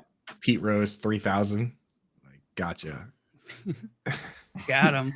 You get that fake ID just to lose all your money online. That'd be the worst use of a fake ID ever, is to just lose all your money. Like, you go out there and do it. Not that I would ever use a fake ID, but if I had, the best thing I ever did use it for was adopting a dog for my friend. You had to be 21 years old. Neither one of us was. She wanted a dog, like fell in love with this dog at the shelter. And so I know which friend you're talking about. I used my fake ID to adopt this dog for her. It was said I was 29 years old and lived in North Carolina. And now she has that dog. Has that dog. Now she has that dog. You don't need a fake ID in Providence. So we never really had that problem. You can just grab a dog. You hand them a library card. They just let like, you. here's a dog. They give you a beer and a dog. But in Providence, when I was younger in Providence, the bars would be 18 up, and they would just give you a wristband if you were 21. And let me tell you how many times somebody checked my wristbands. Almost once. Zero times. Almost. I remember one time I was so mad in Athens, Georgia, because I kept getting turned down at the bar. Like, they kept turning me away, and I was livid. They had every right to turn me away. I was not 21. But I step away, my friends walk up. How dare they? I look down at my hand, and I was holding my debit card. I had been handing them my debit card, not my ID, over and over and over again. Just says adamant right there that I was 21 years old. Yeah, like, I'm 21 years old, and I step TD away. Bank says right there. Yeah, they were right. I was wrong on that one. Guys, coming up today on the Better Sports Network, we're giving away 2 cool prizes. Today on Moose and Keith at 11 Eastern time. Listen for your chance to win a Walt Clyde Frazier signed New York Knicks white basketball jersey. And don't miss your chance to win a Dennis Rodman signed Chicago Bulls jersey. Let's see, what do we got? The red basketball jersey tonight at 8 Eastern on Better Sports Live with Lisa, Ann, and Rick Kamla. To be eligible, all you need to do is download the free Better Sports Network app, register for free, and be listening today at 11 a.m. Eastern and 8 p.m. Eastern. This is courtesy of gettingthegame.com and Better Sports Network. You must be 18 or over, and winners within the last 90 days are not eligible. Some sick prizes. A Dennis Rodman signed Bulls jersey. That would be sick to add to the collection right there. Absolutely sick. We have some questions in the chat that I know we want to answer. Someone in here saying, I have a wide receiver and a flex spot available, full PPR. Who should I start in each? So ETN, Cooks. So Brandon Cooks, Travis Etienne, Romeo Dobbs, or Wan'Dale Robinson, a wide receiver and a flex. So at least one of these needs to be a wide receiver. It's going to have to be because you gave us 3 wide receivers. So really just pick 2 of these. There's no math you can do to create a bad lineup. ETN, Cooks, Dobbs, Wan'Dale. Where are you going, Coop? We're picking 3 of these players? 2. Okay. So I am starting. I'm not starting Wan'Dale Robinson. He only played 15 snaps. I'm a little worried that he could get the Rondale Moore treatment this year, where he's a little too small to be out there blocking, and he just kind of comes in for a few sets. So I'm ruling him out right away. So it's between Etienne, Cooks, and Dobbs for me. I'm with you on that, Coop. I can't go away from Romeo Dobbs with his snap share. I think I have to get him in there. And I'll in the matchup. Toss it to you guys for Etienne and Cooks. Let's say, to add on to the Dobbs part, they're playing against Washington, which have been buns at stopping wide receivers. So Dobbs is definitely the locked-in guy. I'd go ETN over Cooks. ETN over Cooks. I'm going ETN over Cooks as well. It's going to be ETN and Dobbs. Though I like that you have Wan'Dale on your team. Like, that's a great stash. And in coming weeks, if we see his snap share go up, if he's playing more than 14 offensive snaps, I could see Wan'Dale sneaking into this lineup with the other options you have there. Oh, I didn't see it was PPR. Does that change it all for you guys, for Cooks? Nope. Still ETN for me. I just hate Cooks all the time. It's just no rhyme or reason to it. Just not a fan. Not a fan. Yeah. We have another question in here. I have Barkley, Hall, Walker, and ETN. Weak at wide receiver 2. Do I trade Kenneth Walker for Pittman or DK? Justin Jefferson is his wide receiver 1. So trade Kenneth Walker for a Michael Pittman or a DK Metcalf. Would you be doing that? I'll pull up these trade charts, see what. Oh man, I think you might be able to get more. That's what I was. That was my initial thought, but then I wanted to double check. So DK, Kenneth Walker's 36 points, tier 4. This is PPR, I believe I'm looking at. Yeah, PPR, 4-point passing. DK Metcalf is also in tier 4 at 31, so 5 points less than Kenneth Walker now after he shot up. Who was the other one? Was Pittman? Pittman is slightly. He's in the lower part of the tier right above that. So tier 3, his value is 40, which is about 4 more than Kenneth Walker. So that's probably fair. It's probably fair. I'd be fine doing this for Pittman, but you know who I might be going for? Chris Godwin. I still think the market hasn't corrected on Chris Godwin yet. And like, if you want to upgrade a wide receiver, I think like that's a guy who could finish as a top 7, top 8 wide receiver, points per game rest of the season, right? Like he has that kind of upside. I might see if you could turn Kenneth Walker into Chris Godwin is where I would be going with that. If you want to upgrade your wide receiver too. Yeah, I would like start by trying to shoot high, right? See what you can get. See if anybody is, just because the hype on Kenneth Walker, like it's a bigger variance, right? So like your league mates are going to be on different, bigger sides of the spectrum there, separate sides of the spectrum. Maybe shoot it out there for a Jalen Waddle. Like, see if you can get something like that. I don't think you will, but Amon-Ra St. Brown. If you can try it. If I could trade Kenneth Walker for Amon-Ra St. Brown, I'd do it in a heartbeat. Yeah, absolutely. And this is probably a good week to trade him. Not that he's not going to have more big weeks, but the hype is just sky high right now. It's good. Fresh in everyone's mind. So fresh, so high right now. Scott Fish had a question, wants to know, does Coop have any thoughts on Otton? I have Swerve and Irvin and Never Fade the Cade as my backups in the league, but Jahan Dotson and Tyquan Thornton are out there. I have an open spot, but need another. What are your thoughts on Cade Otton? So for anybody out there that wants my thoughts on every tight end, pretty much, I put my rankings out yesterday, my updated rest of season rankings with notes on everybody. And there's a note on Cade Otton in there where basically what I said is, if you have are looking for a 1 week fill-in, especially. So like, let's say you have Dallas Goedert and you trust Dallas Goedert, you're probably going to start him every week, but this week he's on bye week. Cade Otton is a guy you can probably go out and get for free. I doubt people were adding him off waivers. And last time that Cameron Brate was out, he played like every snap. We're talking, he ran 50 routes in that game, which obviously you need to pass a ton to get to that spot, but he played like 74 of 79 snaps, played the entire game. So they like Cade Otton. They clearly trust him. And anytime Cameron Brate's out, which with this neck injury could be more than 1 game, but I'm willing to throw him in there. I'm definitely going to be playing him in DFS this week. He'll be in the DFS article for sure. Charles in here would say, my league acts like Kenneth Walker is not worth anything. That's fine. Keep rolling with him. Plug him into your starting lineup. Like, it's not a player where you have to get out. Like, that's fine. If they're missing out, then that's cool for you. Good to go. Ciao. He's not a must trade player. We had some more questions in here. This one comes from R. Avila. What's up, R. Avila? He says, flex Ayuk or Gallup? I have Debo in play. This is Ayuk. It's got to be Ayuk in my mind. I don't care that you've got Debo in your lineup as well. It doesn't matter. It's Ayuk for me. Are either of you guys plugging Gallup in? Are you worried about having 2 players from the same team? Not worried about it. That team, the good thing about that team with the consolidation of targets is that because they use Kyle Juszczyk so much, that alone takes the third wide receiver out of the game. That's why you never really hear about any, but I guess Juwan Jennings might like have a random play every once in a while, but you don't really hear about the third wide receiver on that team because they use a fullback instead. So it's, the 5 lineman, quarterback, tight end, fullback, and then the 2 wide receivers and running back. Beautiful. Of course. That's your 11 guys. So it really consolidates the targets at the very top, which is what we like to see. Absolutely. Brendan wanted to know, should I be selling Curtis Samuel and Christian Kirk? I have great wide receivers now, and they are both a waste. If I were to trade both of them together, what wide receiver should I target in a trade to upgrade? So first, Curtis Samuel and Christian Kirk, are you trying to trade these guys? And if so, what would you be trying to get in return for both of them? If you could trade both of them to somebody for, obviously the issue you're having with these players is they're inconsistent. Or, Curtis Samuel, he's just like very low ceiling because he's such a low A-dot guy, and the Christian Kirk's been inconsistent. So if you're going to take 2 of those guys and trade them for 1, go for somebody that you can trust every week in your lineup, like a CD Lamb, or honestly, DK.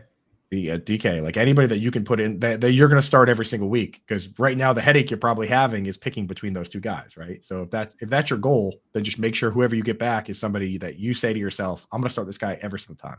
Keenan Allen when he's healthy. That's what I was going to ask. Is Keenan Allen a player coming back from injury you would be willing to trade these two guys for? Yeah, he's the exact kind of guy that I feel good about. I feel like whenever he's healthy, I'm going to put him in and play him. Every single week now, I've put him in my lineup and then taken him out. Like I plan to play him every week. Like he's in there and then I have to take him out of there. But so right now he's in there. Let's see what happens. And the trade value charts say that's just about fair. These two guys in a PPR league add up to about 31 value, Kirk and Samuel. And then Keenan Allen is at 28, which generally when you're the one getting the best player in the trade, you do have to take a slight discount on value to get the best player, right? Because depth isn't worth as much as starters. So Keenan Allen was a name that jumped out to me. Maybe you can shoot a little higher, but that's what I'm cool with. I think that's a great move.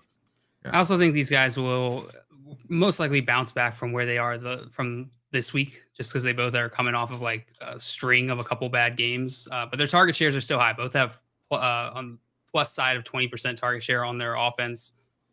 Their offenses just aren't great. We had another question in here. This one from Renton. What's up, Renton? We had one from Rendon. Now this one's from Renton. He says non-PPR, 1 point for first downs. So this is a point for first downs, non-PPR league.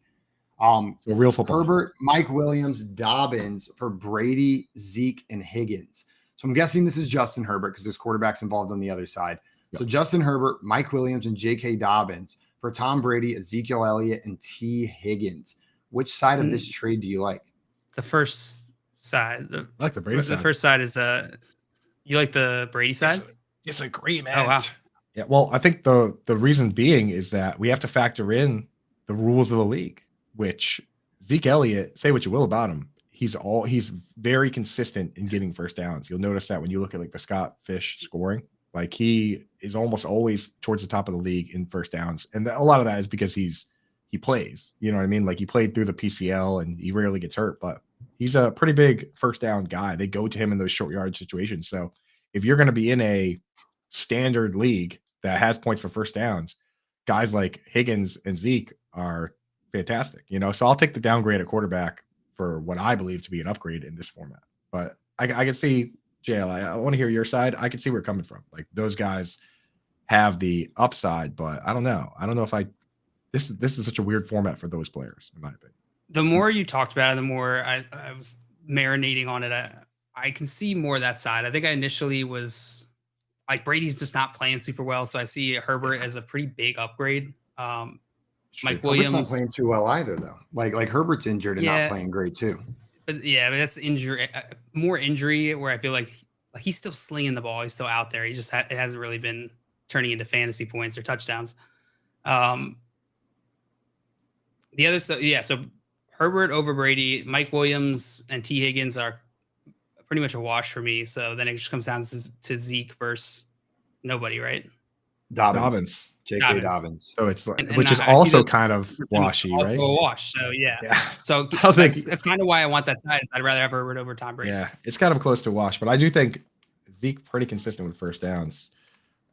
That's a good point. I'm not even factoring in the first down part of it. So like hard to think your about point that. there. I'm not disputing that. It could be that could absolutely affect it. Absolutely. And Trenton just letting us know this was not Dynasty. This was not Dynasty. So we were talking about this. If it was Dynasty, it would be the Herbert, Mike Williams side all day long. Oh, without a doubt. And Dobbins would be over Zeke in that format as well, probably. Brendan had a question in here. Asked us, do you think Gus Edwards is worth the stash? So we talked about him coming back already. JL, do you think Gus Edwards is worth the stash? Maybe in a deep league, or if you need running back help, there's a chance that he comes back and takes a big enough chunk of this work in this Baltimore backfield to be like a running back, 4, maybe running back 3.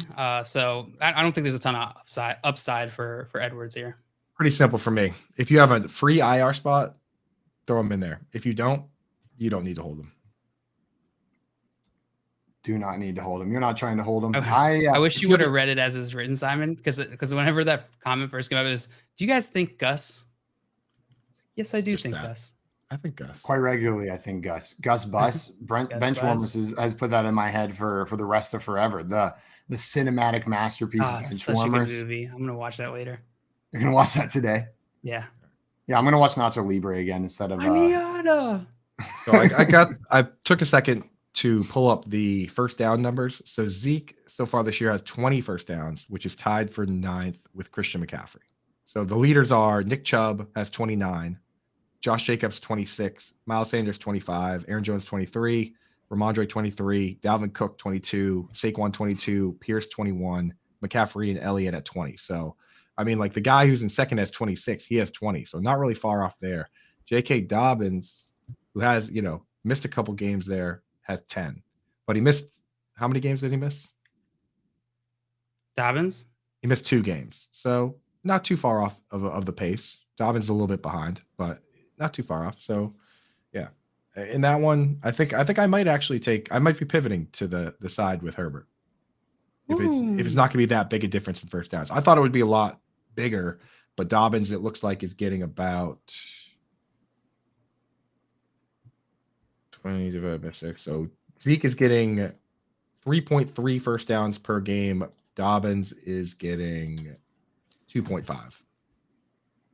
So slight advantage to Zeke. I mean, that's a decent advantage. That's a point a week, right? That's a point a week. Because we were talking a little bit about Justin Herbert there, and I remember seeing all of this on Twitter, and I wanted to ask you guys' opinion on something. So over the weekend, one of the big sports books offered a promotion. It was like a free square basically on your parlays for Justin Herbert to throw for a touchdown. And for some context, he had thrown for a touchdown in 26 straight starts. 36 of his 37 overall games he had thrown for a touchdown, and his 57 pass attempts are the most in NFL single game history for a quarterback that didn't throw a touchdown. And he didn't throw one. So they took all this money on a promotion that then doesn't pay out because Justin Herbert doesn't throw the touchdown. There were 2 sides on Twitter, the sides of this isn't a guarantee, you took it, it was likely, but this is part of the game.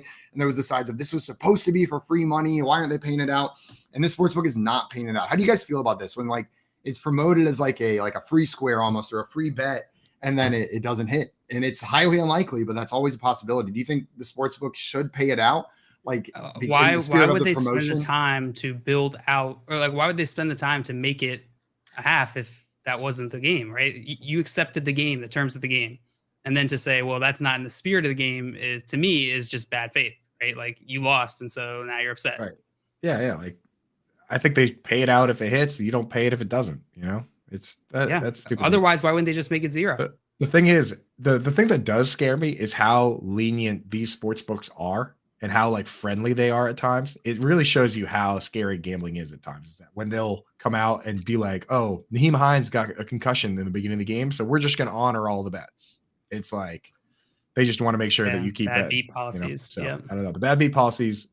They keep you playing, but just be careful with the gambling, right? Yeah, no, I'm with you, JL. Though I fully agree on that take. You went in there knowing it was a possibility that he didn't throw for a touchdown. Yeah. It wasn't said it just mark this box. It's always possible, even if the guy does it every single week. You can't guarantee that it's going to happen this week. It is kind of funny though when you look at it though. I feel like that is of course that happened.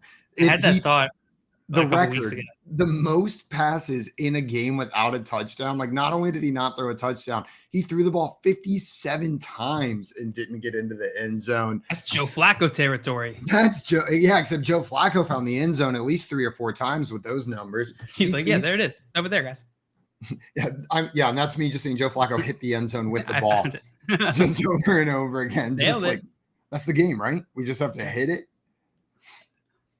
If the game was throw it out the back of the end zone and hit nothing, then Justin Herbert had a hell of a week Russell Wilson too. Yeah, the 2 of them where it's just there were a couple plays where one when Eckler was open and Herbert just threw it away. Those guys were not interested in hanging onto the ball. But I guess when your ribs are keeping you awake at night because they're all sliding off the bone. Yeah, then I would be throwing it away immediately. So I can't really blame.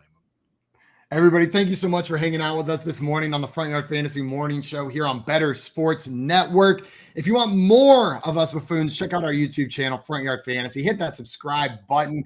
And a reminder today, 2 sick prizes given away on the Better Sports Network. You've got your Walt Clyde Frazier signed New York Knicks white basketball jersey going on at 11.